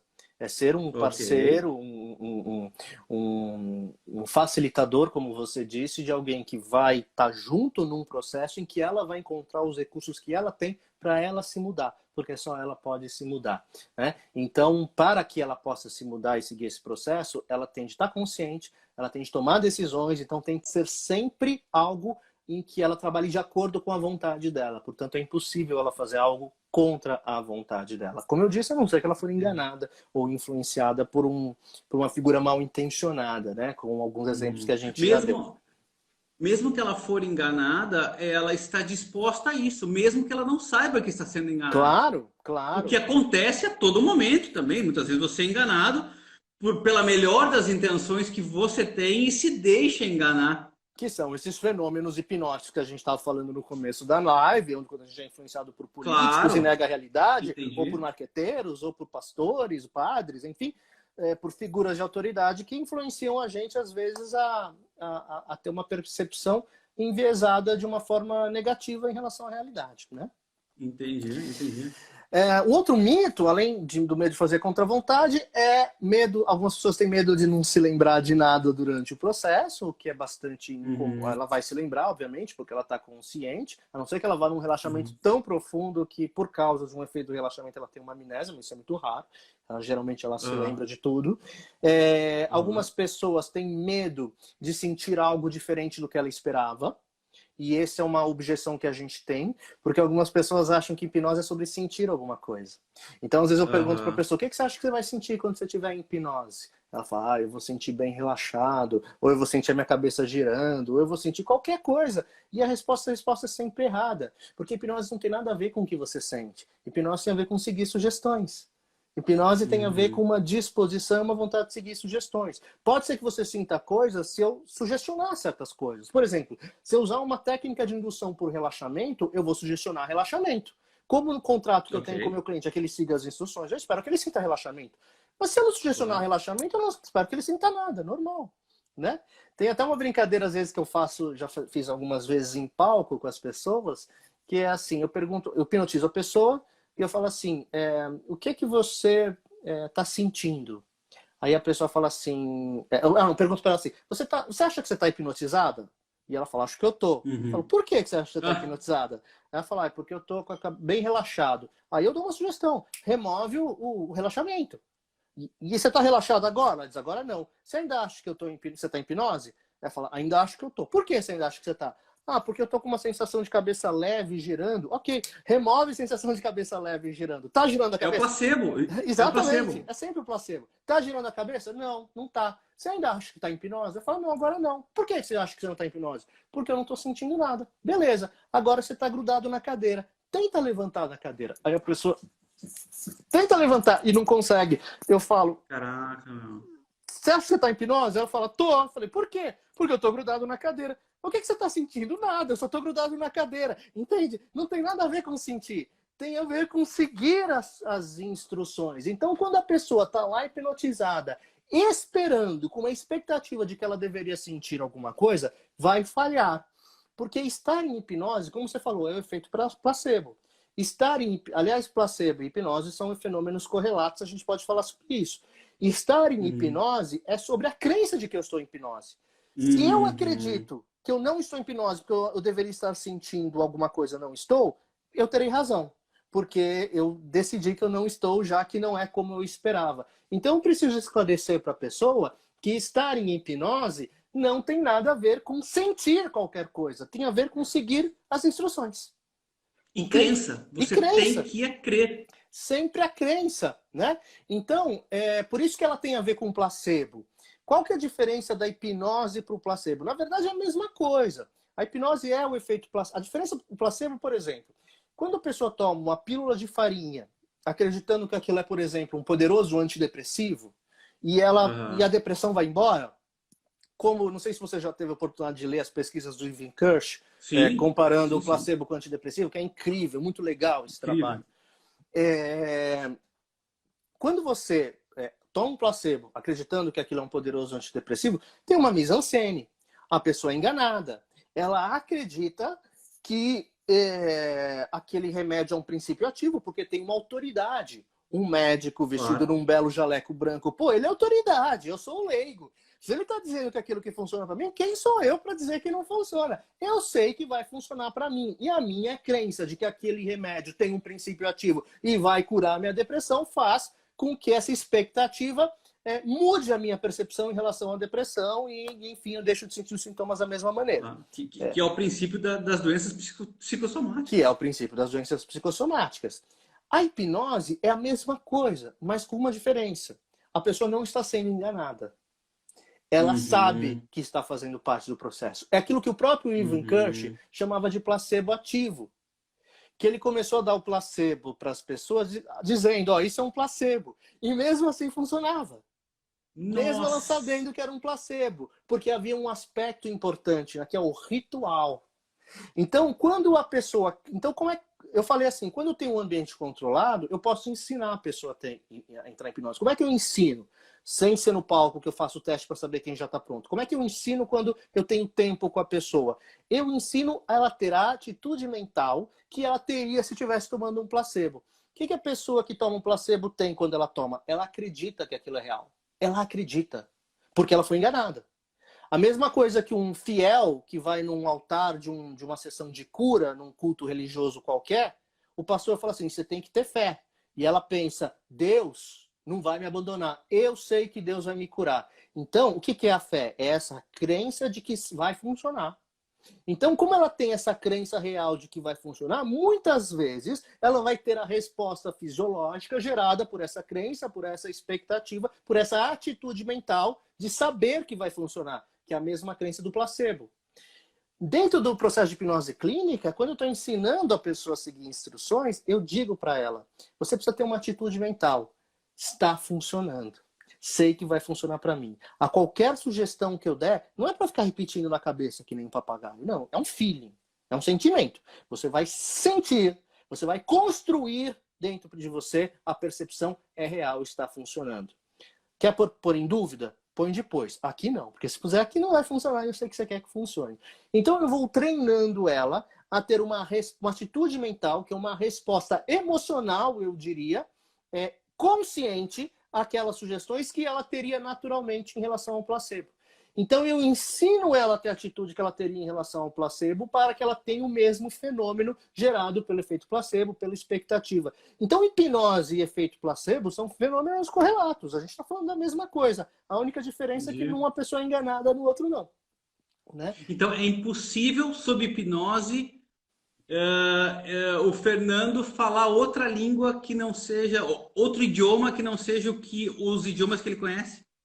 Desde que ele acredite que está falando um idioma e provavelmente seria uma língua que não tem nenhum significado, sim.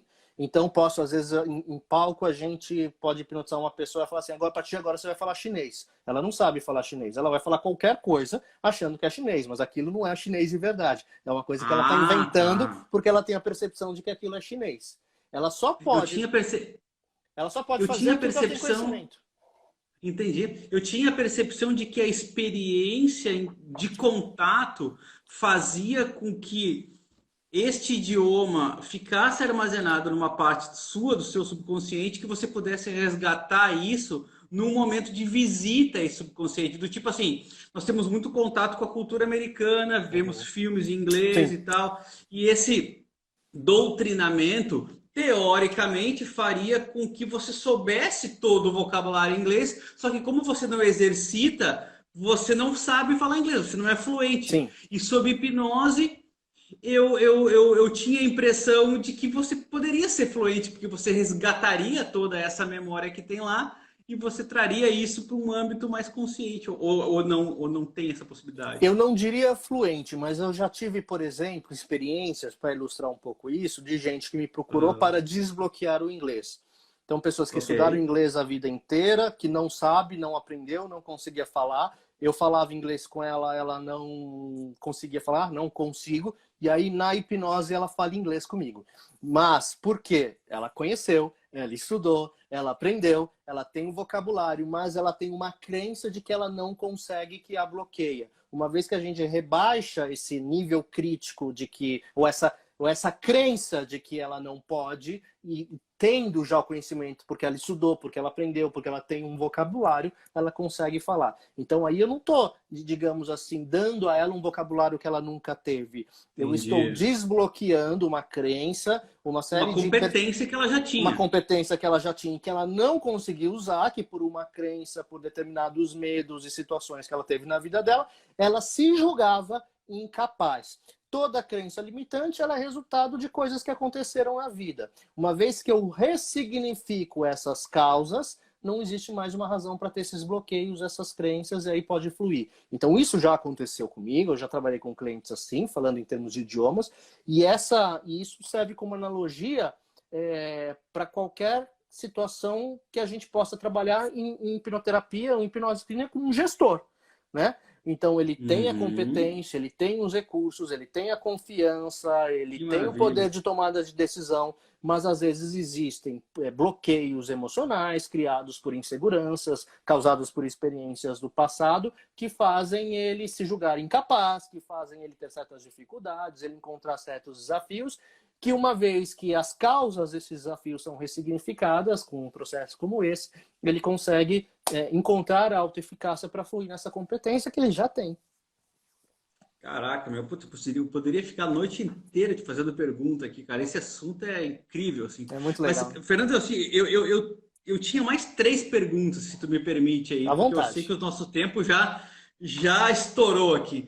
Mas, assim, uma das perguntas é, quando você trata uma questão de uma crença dentro de uma relevância temporal passada, essa crença, ela reconstrói a sua experiência de vida até esse momento, ou ela, entre aspas, te cura, ou ela, entre aspas, te ressignifica a partir do momento que você resolveu essa crença do hoje para frente? Porque a gente sabe que uma cadeia temporal, ela tem consequências em várias partes da sua vida, né? Mas ela te cura a partir desse momento, ou ela também transforma memórias que foram prejudicadas por causa desse problema? Vai depender da estratégia terapêutica que a gente vai utilizar. Então, se eu for para uma linha mais psicodinâmica, que é essa de encontrar a regressão da memória, do que causou, ressignificar, provavelmente o que eu vou mudar é a minha percepção ao longo da história. Por exemplo, às vezes eu passei por um trauma muito grande. Vamos falar já que a gente está falando para gestora, uma questão que eu encontro muito com o gestor, medo de falar em público. Isso tem muito. É a fobia mais disseminada no mundo. Né? A fobia que mais tem no mundo é medo de falar em público. E eu já trabalhei com muitos gestores que têm essa questão. Eu tenho que fazer uma apresentação, tenho que fazer uma palestra, tenho que falar e não consegue. Quando eu vou falar em público, a minha voz embarga, as minhas pernas tremem, as minhas mãos soam, eu entro em reação de luta-fuga, coração dispara, ansiedade, como se aquela plateia diante de mim fosse um predador pronto para me atacar. Claro. É uma ameaça real. sem dúvida. Né? E nós não evoluímos, a gente evoluiu num ambiente muito inóspito, lá nas savanas da África, né? A gente evoluiu para ter medo de perigos reais. Né? Então, tudo bem, é normal sentir essa reação, esse pânico, Claro, quando eu estou claro. diante de um tigre na selva, pronto para me abocanhar. Mas quando eu interpreto aquela plateia que está me assistindo como se fosse o tigre, isso tem uma causa, isso tem uma razão. E aí, quando nós fazemos uma estratégia como essa, terapêutica, que é a regressão, o que eu vou fazer? Eu vou buscar a memória, revisitar, às vezes não a memória consciente, algo que ela não se lembre, a primeira vez aonde essa fobia foi criada. E por que essa é uma fobia tão comum? Geralmente está ligado a eventos na escola. Às vezes com os pais, às vezes na escola. Então a professora dá uma bronca na frente de todo mundo quando ele é criança, todo mundo fica rindo, e ele leva bullying, todo mundo fica tirando sarro. Então o que é aquela mente da criança? Nós somos animais cujo instinto de autoproteção, autopreservação é o nosso instinto mais poderoso. Então, uma vez que eu me sinto ameaçado diante daquela situação, o que aquele cérebro, o que aquela mente aprende naquele contexto lá na infância? Pessoas não olhando... passa mais por isso novamente. Exatamente. Pessoas olhando para mim, eu sendo o centro das atenções, é uma ameaça, é um perigo. Eu estou sob ataque, como se fosse o tigre. Aí ela cresce a vida inteira, ela não tem nem mais memória daquele evento na infância, mas aquele aprendizado permanece. Pessoas olhando para mim, eu sendo o centro das atenções, eu estou sob ataque. Ainda que conscientemente eu possa pensar que esse perigo é imaginário, que eu não vou morrer, que eu não vou ser atacado quando eu estou diante de uma vitória. Ele vai te atingindo. Isso é emocional, né? Isso é um aprendizado automatizado pela experiência do passado.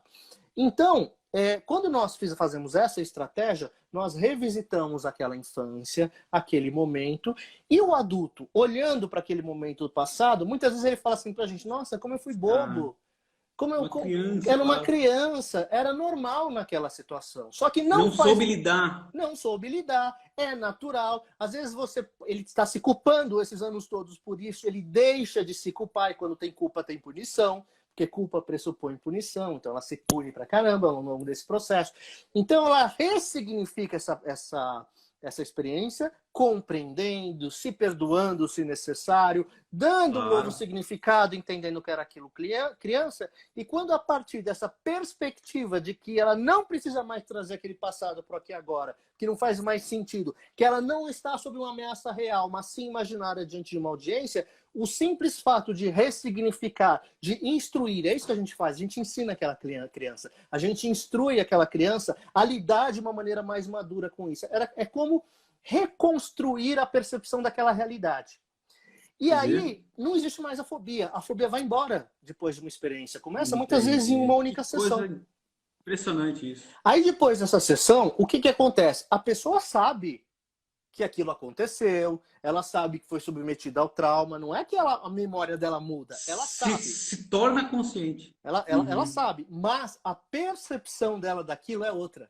Era como se ela tivesse esses anos todos vivido com esse novo olhar de que tá tudo bem falar diante das pessoas, não tem problema nenhum, e eu tenho a confiança e a segurança necessária para isso. Então ela percebe como se a história tivesse sido diferente daquela, mas ela sabe muito bem a história real, ela não muda a memória, não apaga a memória. Tem gente que acha que é isso, mas não é nada disso, muda a percepção, o olhar, a forma de lidar. Isso porque eu busquei uma estratégia psicodinâmica. Agora, para responder a sua pergunta, se eu for buscar uma estratégia assim mais comportamental, de olhar os gatilhos, aí é diferente. Então, aí eu não vou fazer regressão, nada disso. Eu vou colocar a pessoa diante daquele momento em que ela está no palco que dispara a reação de luta ou fuga, que dispara a ansiedade, adrenalina, cortisol, né? E aí, naquele momento, eu conecto ela com o recurso que ela tem. Então, eu posso levar ela para algum momento que ela já sentiu confiança, segurança, empoderada. E eu trago... Conecta essas duas coisas. Exatamente. Trago essa recurso e conecto essas duas coisas para, tipo, como colapsar esses dois caminhos neurais, né? Então, é uma estratégia de trabalhar em cima dos gatilhos, de ressignificar a experiência, não a partir do passado e de uma percepção do que aconteceu, mas a partir dos gatilhos que disparam aquela ansiedade. Então aí eu Em tô vez indo... de o teu cérebro te deprimir ou te trazer ansiedade, ele vai te recompensar. Exatamente. Então, se eu quiser ir por essa Caraca. estratégia, por uma linha mais comportamental, eu vou trabalhar dessa maneira. E aí não é a percepção do passado. O passado todo foi assim. Mas agora, a partir desse momento, toda vez que eu estou nessa situação, a percepção é diferente. Porque eu colapsei aquela fobia. Ela não existe mais. E, cara, uma das coisas que a gente sabe que acontece, né, pelo próprio sistema de proteção, em alguns casos, você bloquear alguns traumas que você passou. Ou seja, por mais que você tenha de lembrar, você não consegue. Em algum momento, você já teve algum caso de que alguém que visita esse passado torna-se consciente de um trauma muito forte, ou de um abuso, ou de algo assim que ele não sabia que tinha acontecido, ou ele tinha bloqueado, e aí ele se torna consciente disso, e isso causa uma transformação, deve transformar uma transformação absurda na vida, porque você, sei lá, pode olhar um parente, pode olhar um amigo próximo, ou algo, uma situação que você passou e que você descobre naquele momento um grande segredo que o seu cérebro tentou bloquear. Isso já aconteceu É contigo? extremamente comum, acontece muito. Quando você vai Sério? para essa estratégia de regressão, é bastante comum. O caso mais comum, você já falou, são os abusos, né? Uhum. E muitas pessoas têm esse medo, né? A gente ouve assim, e se eu descobrir alguma coisa Uhum. que eu não gostaria de descobrir? O que a gente tem de ter em mente é que não tem como passar por um processo desse, claro, se você estiver trabalhando com o hipnoterapeuta responsável, não tem como Uhum. passar por um processo desse e sair dele sem uma ressignificação da experiência. Ok, sair Então, ileso, não consegue. exatamente, porque às vezes a pessoa joga a memória do abuso para baixo do tapete, mas não a angústia, a sensação, a fobia, o medo. E é por isso que ela está Claro. com depressão, por isso que ela está com É ansiedade. claro. Então, É ela claro. continua sentindo os reflexos daquilo até hoje e por isso ela buscou Claro. ajuda terapêutica. Agora, quando Claro. você sabe o que aconteceu, mas aquilo está no passado e não te impacta em nada porque você ressignificou, é passado. Não está acontecendo mais Ok. aqui agora. O problema é quando eu Ok. trago o passado para aqui agora, eu continuo revivendo ele todos os dias. Eu posso nem ter memória do que Entendi. aconteceu, porque eu escondi, joguei para baixo do tapete inconscientemente, mas eu continuo revivendo, mesmo assim, todos os dias, porque aquela sensação está aqui me dando ansiedade, me impedindo de ter relacionamentos saudáveis, fazendo eu me culpar e achar que Uhum. eu não mereço, Uhum. gostar de mim, coisas assim, que são reflexos naturais de abuso. E quando eu olho para aquilo, reconheço o que aconteceu, mas ressignifico a experiência a ponto de entender o seguinte: não existe nenhuma emoção anexada a um evento. Um evento é um evento, é uma coisa que acontece. Uhum. A emoção é a forma como Uhum. eu interpreto o evento. Então, Claro, sei lá, eu claro. posso falar da pior coisa. Se a minha mãe morrer, eu vou ficar triste porque na minha cultura eu fico triste quando pessoas queridas morrem. Mas há Uhum. determinadas sociedades, determinadas culturas que quando pessoas morrem, eles celebram porque consideram uma coisa boa, uma passagem para algo melhor. Então as pessoas ficam felizes. Porque Claro. a tristeza não está na morte da pessoa, está na forma como eu vejo ou interpreto a morte da pessoa. Interpreta o evento. O evento. Uhum. Então, por pior que seja, por mais que seja um abuso, algo terrível, eu não vou interpretar como algo positivo, não é isso que eu estou falando. Mas não interpretar como algo que precisa estar acontecendo todos os dias da minha vida, me impedindo de ter uma vida de qualidade ou minimamente saudável. Então, quando eu interpreto que aquilo aconteceu, é passado, mas é isso, é passado, passou, acabou, e eu não preciso mais trazer para aqui agora, eu crio um olhar mais sábio e mais maduro sobre aquele evento, não deixando mais com que ele me afete hoje, porque ele está lá. Então eu posso seguir em frente, tendo uma vida de qualidade, porque o problema não foi o abuso, é a forma como eu lido com ele. Ou isso vale para Que qualquer é trauma. que é o grande propósito da experiência negativa, é você aprender e tirar uma experiência que te deixe mais forte em Exatamente. relação àquela experiência negativa, né? Que é Exatamente. um dos grandes problemas hoje, quando a gente fala em relações emocionais, da emoção boa ou ruim. Não existe emoção boa ou ruim. Existe a emoção que você gosta de sentir e que você não gosta. É. Ninguém gosta de ficar triste, mas é pela tristeza que você reflete os momentos de felicidade que você tem e valoriza esse momento de felicidade. Mas quando você leva essa tristeza com você para sempre, isso é algo que te prejudica, É. obviamente, né? E aprende E com esse isso, trabalho né? É claro, é claro. Cara, para nós finalizar, eu tenho uma perguntinha a mais e a pergunta que eu vou fazer para todos os profs dessa cadeia de lives, dessa série de lives que a gente está fazendo. A penúltima pergunta é: quais são algumas dicas que você poderia passar para que nós começássemos a praticar essa auto-hipnose, praticar esse senso de autoconhecimento, praticar esse senso de aprimorar a nossa percepção sobre esses estímulos e tentar mudar sem precisar desse apoio ou de alguma forma tomar conta, né, da nossa própria mente, assim, o que você poderia dar de dica para a gente praticar, assim, para quem está nos assistindo? Legal. Bom, a auto-hipnose, toda hipnose é auto-hipnose, tá? Então, toda vez que eu passo por um processo terapêutico, já é uma auto-hipnose, né? Mas quando a gente resolve fazer isso de uma forma intencional e voluntária, que a gente chama de auto-hipnose, há duas estratégias para fazer isso. Uma é quando a gente é conduzido por uma gravação ou algo assim.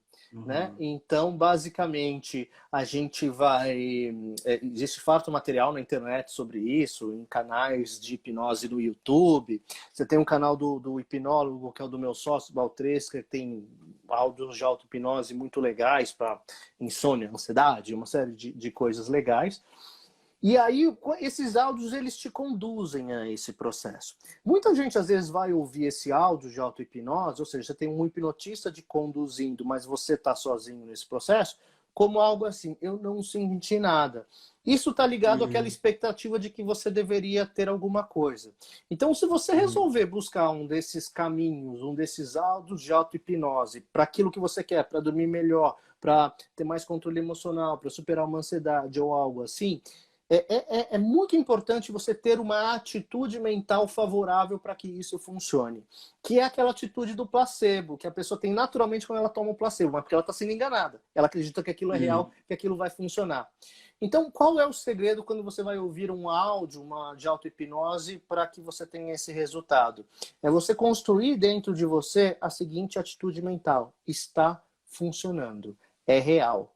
Não coloque em dúvida, né? Não coloque em dúvida. É real. Não é para ficar repetindo, que nem um papagaio na cabeça. É um feeling, como eu falei. Sinta que é real. Se você pensar assim, eu estou desconfortável com essa sugestão, não vai rolar. Se você pensar assim, tanto faz para mim se vai funcionar ou não, não vai rolar. Por quê? Porque é uma coisa proativa. Se toda hipnose é auto-hipnose, é você que tem de se fazer. É você que abre as portas. Você não pode ter uma postura passiva. Você tem que ter uma postura proativa. Agora, a pior atitude mental é você torcer para funcionar. É o tomara que funcione. Ah, eu posso, eu quero que funcione, mas espero que funcione. Espera de quem? Da internet, da hipnose, do hipnotista, do áudio, de Deus que desça com seus anjos e trombetas e resolva o meu problema? De quem que eu espero que funcione? Então, geralmente, quando você faz qualquer fenômeno de hipnose, como aquele mão colada que a gente falou, e a pessoa não cola, ela solta a mão, geralmente ela está naquela atitude, espero que funcione. Eu estou torcendo para funcionar. E não funcionou, porque eu estava esperando que funcionasse por si. As pessoas que realmente colam a mão, elas resolvem fazer funcionar. Elas decidem que vai funcionar. Então, ela cria a crença. É um placebo. Ela cria a crença. Está funcionando. É real. E a partir da imaginação, que me dá a experiência, que me fortalece a crença, eu tenho uma resposta fisiológica que realmente eu não consigo soltar com base nessa previsão do que seria, que o meu cérebro faz, do que seria ficar colado. Eu tenho a resposta fisiológica. Como eu tenho a resposta fisiológica do placebo, quando eu acredito que é um antidepressivo. Né? Então, a atitude mental que faz resultado, que é mais do que um pensamento, é um feeling, é um sentimento, eu sei que vai funcionar para mim, é real. Esse é o segredo. Então, não critique, não analise, não julgue. Não critique, não analise, não julgue. Como eu fiz meditação há muitos anos, antes mesmo de trabalhar com hipnose, eu aprendi a trabalhar com mantras na meditação. Então, às vezes, eu gosto de criar para os meus clientes um mantra também para hipnose. E o mantra é assim, tá certo do jeito que tá. Eu não tenho que tomar nenhuma decisão. Eu só tenho que seguir as instruções. Eu não tenho que ajudar. Como é que eu faço para ajudar a funcionar? Então não tem que analisar, nem julgar, não tem que tomar nenhuma decisão. É só seguir as instruções. Com essa atitude mental, está funcionando. Então, toda vez que vier um pensamento do tipo crítica, análise ou julgamento, lembra do mantra, tá certo do jeito que tá. Então eu tô lá, será que tá funcionando? Não importa, tá certo do jeito que tá. Será que eu posso ajudar? Não, não tem que tomar nenhuma decisão, tá certo do jeito que tá. Ah, será que Deixa levar. Tá certo do jeito que tá. Deixa embora, faça que nem os meditadores. Deixa embora o pensamento e continue na atitude mental, é real, tá funcionando. Então eu gosto de dar para os meus clientes essas duas lembranças. A atitude mental está funcionando e o mantra. Qualquer pensamento que vier, tá certo do jeito que tá. Deixa ele embora. Ele vai vir, é normal que venha. Mas eles não podem, não precisam influenciar na crença negativa de que não está funcionando. Você não tem que sentir nada, você não tem que tomar nenhuma decisão, você não tem que esperar por nada. Apenas assuma para você que aquilo que você está ouvindo já é real, já aconteceu, já funcionou. Esse é o segredo de quando você escuta um desses áudios de auto-hipnose, disso fazer funcionar. Então essa é a primeira estratégia de fazer auto-hipnose. A outra estratégia é uma estratégia que não envolve áudio nenhum, que é um treino que a gente faz, que é um que a gente ensina nos nossos cursos, que é um condicionamento para você sozinho se dar a sugestão, independente do áudio e tal. Que basicamente é você se dar uma sugestão e fechar os olhos e ter essa mesma atitude mental diante da sugestão. Pô, bacana isso. Bacana porque você pode ir exercitando isso de tanto em tanto tempo. Exatamente. Então você vai se dar a sugestão de, tipo, hoje eu me sinto plenamente seguro e confiante. E aí eu crio essa realidade, eu crio esse condicionamento, entendendo, assumindo isso com a mesma atitude mental de que isso é real. Isso é um treino, isso é um condicionamento, inclusive existem técnicas que a gente faz para criar gatilhos para isso, que vão ficando cada vez mais fáceis, mais rápidos, mas basicamente é você construir para você, é você treinar, se eu vou falar uma forma um pouquinho mais específica, eu vou treinar o meu cérebro, usando a minha imaginação, a criar novas previsões do que eu quero para mim, em termos de recursos emocionais. Cara, e isso é incrível porque eu acho que tem muita gente que faz isso sem saber disso. Eu faço isso antes de entrar numa aula, antes de entrar numa palestra, que eu me concentro e eu digo, cara, vai ser muito show. E eu agradeço para mim a oportunidade que eu tô tendo de fazer aquilo naquele momento e eu entro grato pela oportunidade daquelas pessoas estarem me ouvindo, alguém me pagando para eu falar algo que é a minha opinião. Então assim, eu me autoagradeço a cada evento que eu vou fazer e isso parece que me dá uma leveza, sabe? Eu sinto essa leveza e eu acostumei com isso. E é incrível, assim, como funciona para mim isso, sabe? E funciona muito, por isso que a gente diz que a auto-hipnose é um fenômeno natural que acontece todos os dias, no dia a dia com as pessoas. Bacana, né? Seja quando você vai ver um filme, seja quando você vai entrar em palestra. Mesmo... Não, eu falo assim, mesmo esses fenômenos complexos que a gente vê no palco, que parece maluquice, esqueceu o próprio nome. A gente não esquece o próprio nome, mas a gente tem a perfeita consciência da experiência de esquecer um nome. Eu já esqueci o nome. Como é o nome daquele ator? Pô, tá na ponta da língua. Aquele que ganhou o Oscar, fez aquele filme, tá na ponta da língua. E eu sei exatamente como é essa experiência e eu posso deslocar essa experiência que o meu cérebro conhece para o meu nome, para um número ou para qualquer outra coisa, porque eu conheço a experiência de esquecer algo. A alucinação é a mesma coisa. Então eu como a cebola pensando que é maçã. Eu tenho a experiência de alucinação. Todos nós já alucinamos em algum nível. Com aqueles bugs nas previsões que o nosso cérebro faz. Eu posso estar, por exemplo, assistindo um filme de terror sozinho à noite no meu quarto e sendo sugestionado por aquele filme, morrendo de medo, e eu olho para a janela e vejo um vulto na janela e pulo do sofá. E vê coisas. Porque sugestionado por aquilo eu fiz uma previsão errada da minha percepção visual, mas, de certa forma, isso é uma alucinação e a gente tem essa experiência. Até mesmo, Alexandre, o fenômeno mais complexo que existe de hipnose de palco é o chamado alucinação negativa. O que é alucinação negativa? É tipo assim, eu hipnotizo você e digo que o cara que está do seu lado não está mais aí, só que ele está do teu lado. Aí eu falo, cadê o fulano? Você olha para o lado e você fala, não sei, foi embora. E ele está aí. Isso é uma alucinação negativa. Você deixa de enxergar ou de perceber algo que está aí. E esse fenômeno de alucinação negativa, que é o mais complexo do palco, que a gente faz um palco de hipnose, a gente também produz, naturalmente. E eu tenho certeza que você já produziu esse fenômeno naturalmente, porque você, como eu, usa óculos. E eu uso óculos. Aham. Quantas vezes você já procurou óculos com ele na cara? Verdade. Quando a gente usa óculos, não tem como não ver. Ele tá na cara, não tem como não ver. Mas várias vezes você fala, cadê meu óculos? E desesperado procurando, e ele tá na cara. E eu perdi a capacidade de enxergá-lo na cara pela sugestão de que eu perdi. Eu já fui tomar banho de óculos. Às vezes. Também. Hã? Por quê? Eu Como também. assim, né? Então é normal, a gente que usa óculos está acostumado à alucinação negativa. Às vezes eu brinco com os meus alunos e falo assim: os maiores especialistas em alucinação negativa são os maridos.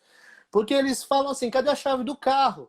Aí a esposa fala: tá na mesa da sala. Aí falou: já olhei 3 vezes, já fui 3 vezes lá e não achei. Aí você vai lá e mostra que estava lá. E é verdade, ele foi 3 vezes, olhou, passou o olho, mas estava tão sugestionado por cadê, perdi, que ele não percebeu que estava lá.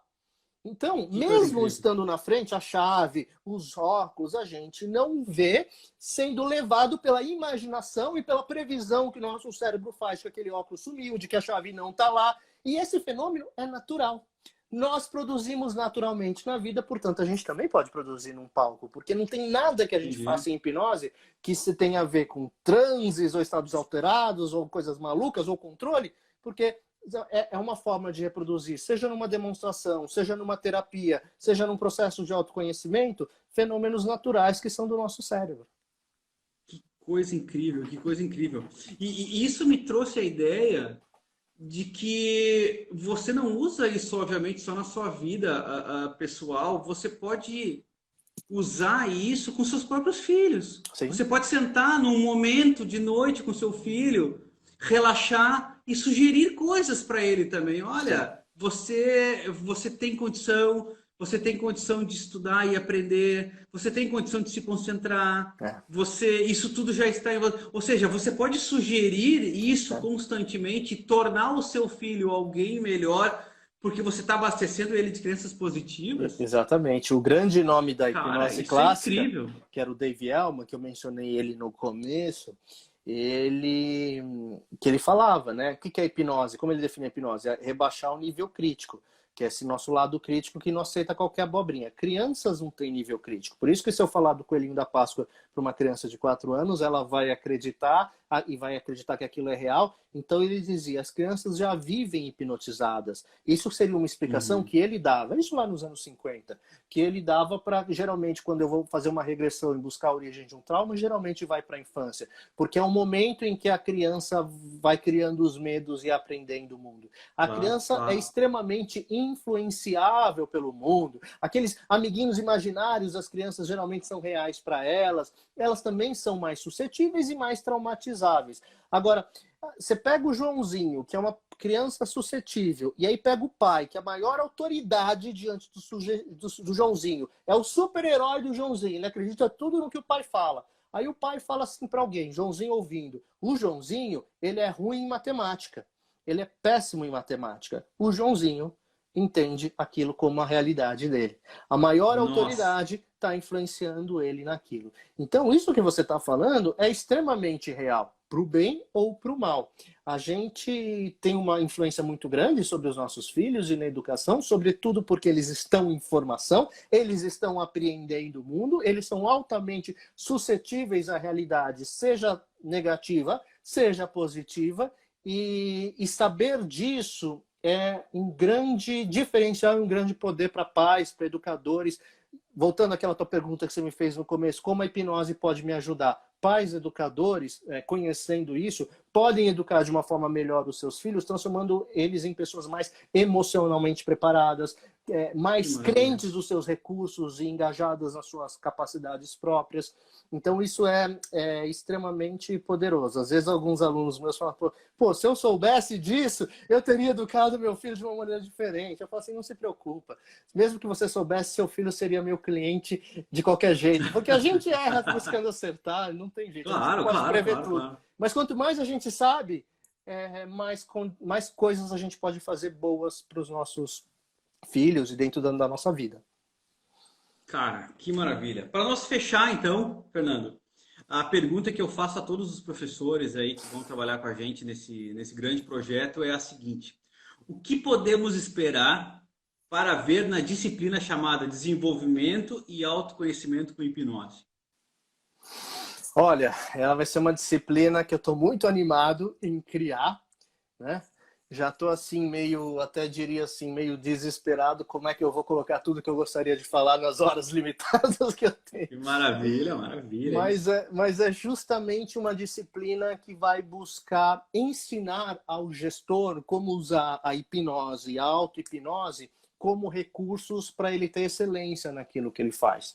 Seja para ter os recursos emocionais que ele precisa para ter mais controle, seja para ressignificar aquelas crenças limitantes e bloqueios emocionais que impedem ele de ter uma performance adequada naquilo que ele faz, seja para que ele saiba como tomar melhores decisões, conhecendo a si próprio, conhecendo os seus processos internos e trazendo à tona recursos que ele tem a partir dessa ferramenta, que para mim a auto-hipnose é a maior ferramenta de autodesenvolvimento e desenvolvimento pessoal que existe. Trazendo à tona os recursos que ele tem para ele fazer aquilo da forma excelente que ele pode fazer, porque um bom gestor é aquele que sabe olhar para si e sabe melhorar-se. É aquele que sabe olhar para si e sabe buscar os recursos que estão lá enterrados, mas que ele tem disponível. Às vezes, para isso, a gente precisa de boas ferramentas. O que a gente vai fazer nessa disciplina é dar a esses gestores, ensinar a esses gestores essa ferramenta para que nada segure ele na excelência que ele procure para fazer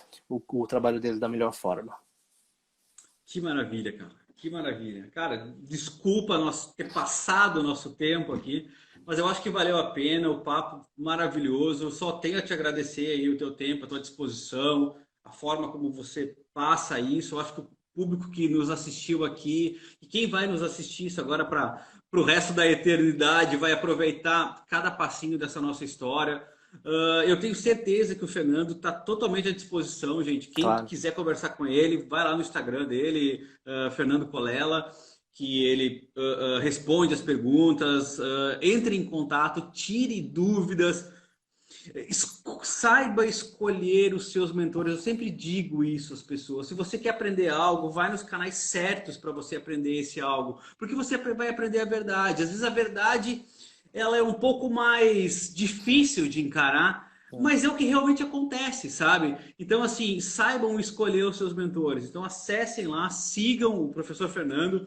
Ele vai estar conosco nesse programa. Fernando, muito obrigado de novo pela tua disposição aqui. Espero que a gente tenha outros momentos maravilhosos como esses aí pela frente. Vou te deixar esses minutos finais para você se despedir. Agradeço a todo mundo que esteve com a gente aqui também. Quem quer saber mais sobre neurociência aplicada a negócios, sobre comportamento humano, vai lá em @neuroexpert também, segue lá, faz as perguntas que tem para fazer. A gente está à disposição aí para atender a todo mundo e explicar também da melhor forma possível e de uma forma mais simples, esse mundo tão complexo que a gente navega a todos os dias da nossa vida, estudando a todos os momentos da nossa vida como se fosse algo que seja infinito, que nunca termina, né? Então, Fernando, muito obrigado. Te deixo esse tempo para te dar o teu tchauzinho aí. Até a próxima, gente. Eu que agradeço. Para mim foi uma alegria. Também não vi o tempo passar. Quase 2 horas de live. Foi uma delícia. Verdade. Ficaria mais 2 horas se você me convidasse, porque a gente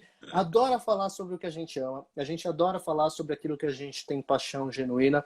Por isso que eu quero não só agradecer a oportunidade de falar aqui nessa live, como ficar à disposição sua, Alexandre. Quando você quiser, me chame sempre que você quiser. Eu estou à disposição. Vai ser um prazer a gente conversar sobre tanta coisa legal que a gente tem para falar, e também de quem quiser tirar dúvidas, me manda um direct sobre hipnose, sobre formação em hipnose, ou sobre o que você quiser saber.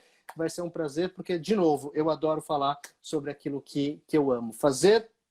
Trabalhar com hipnose, trabalhar com desenvolvimento humano, trabalhar com a mente das pessoas, é algo que enche a minha vida de alegria. Então, como isso é uma coisa assim muito feliz para mim, eu estou sempre à disposição. Obrigado mais uma vez, e qualquer coisa é só gritar, a gente está por aqui. Valeu, gente. Muito obrigado a todos e até a próxima, Fernando. Valeu, tchau, tchau, obrigado. Valeu, querido. Boa noite. Boa noite.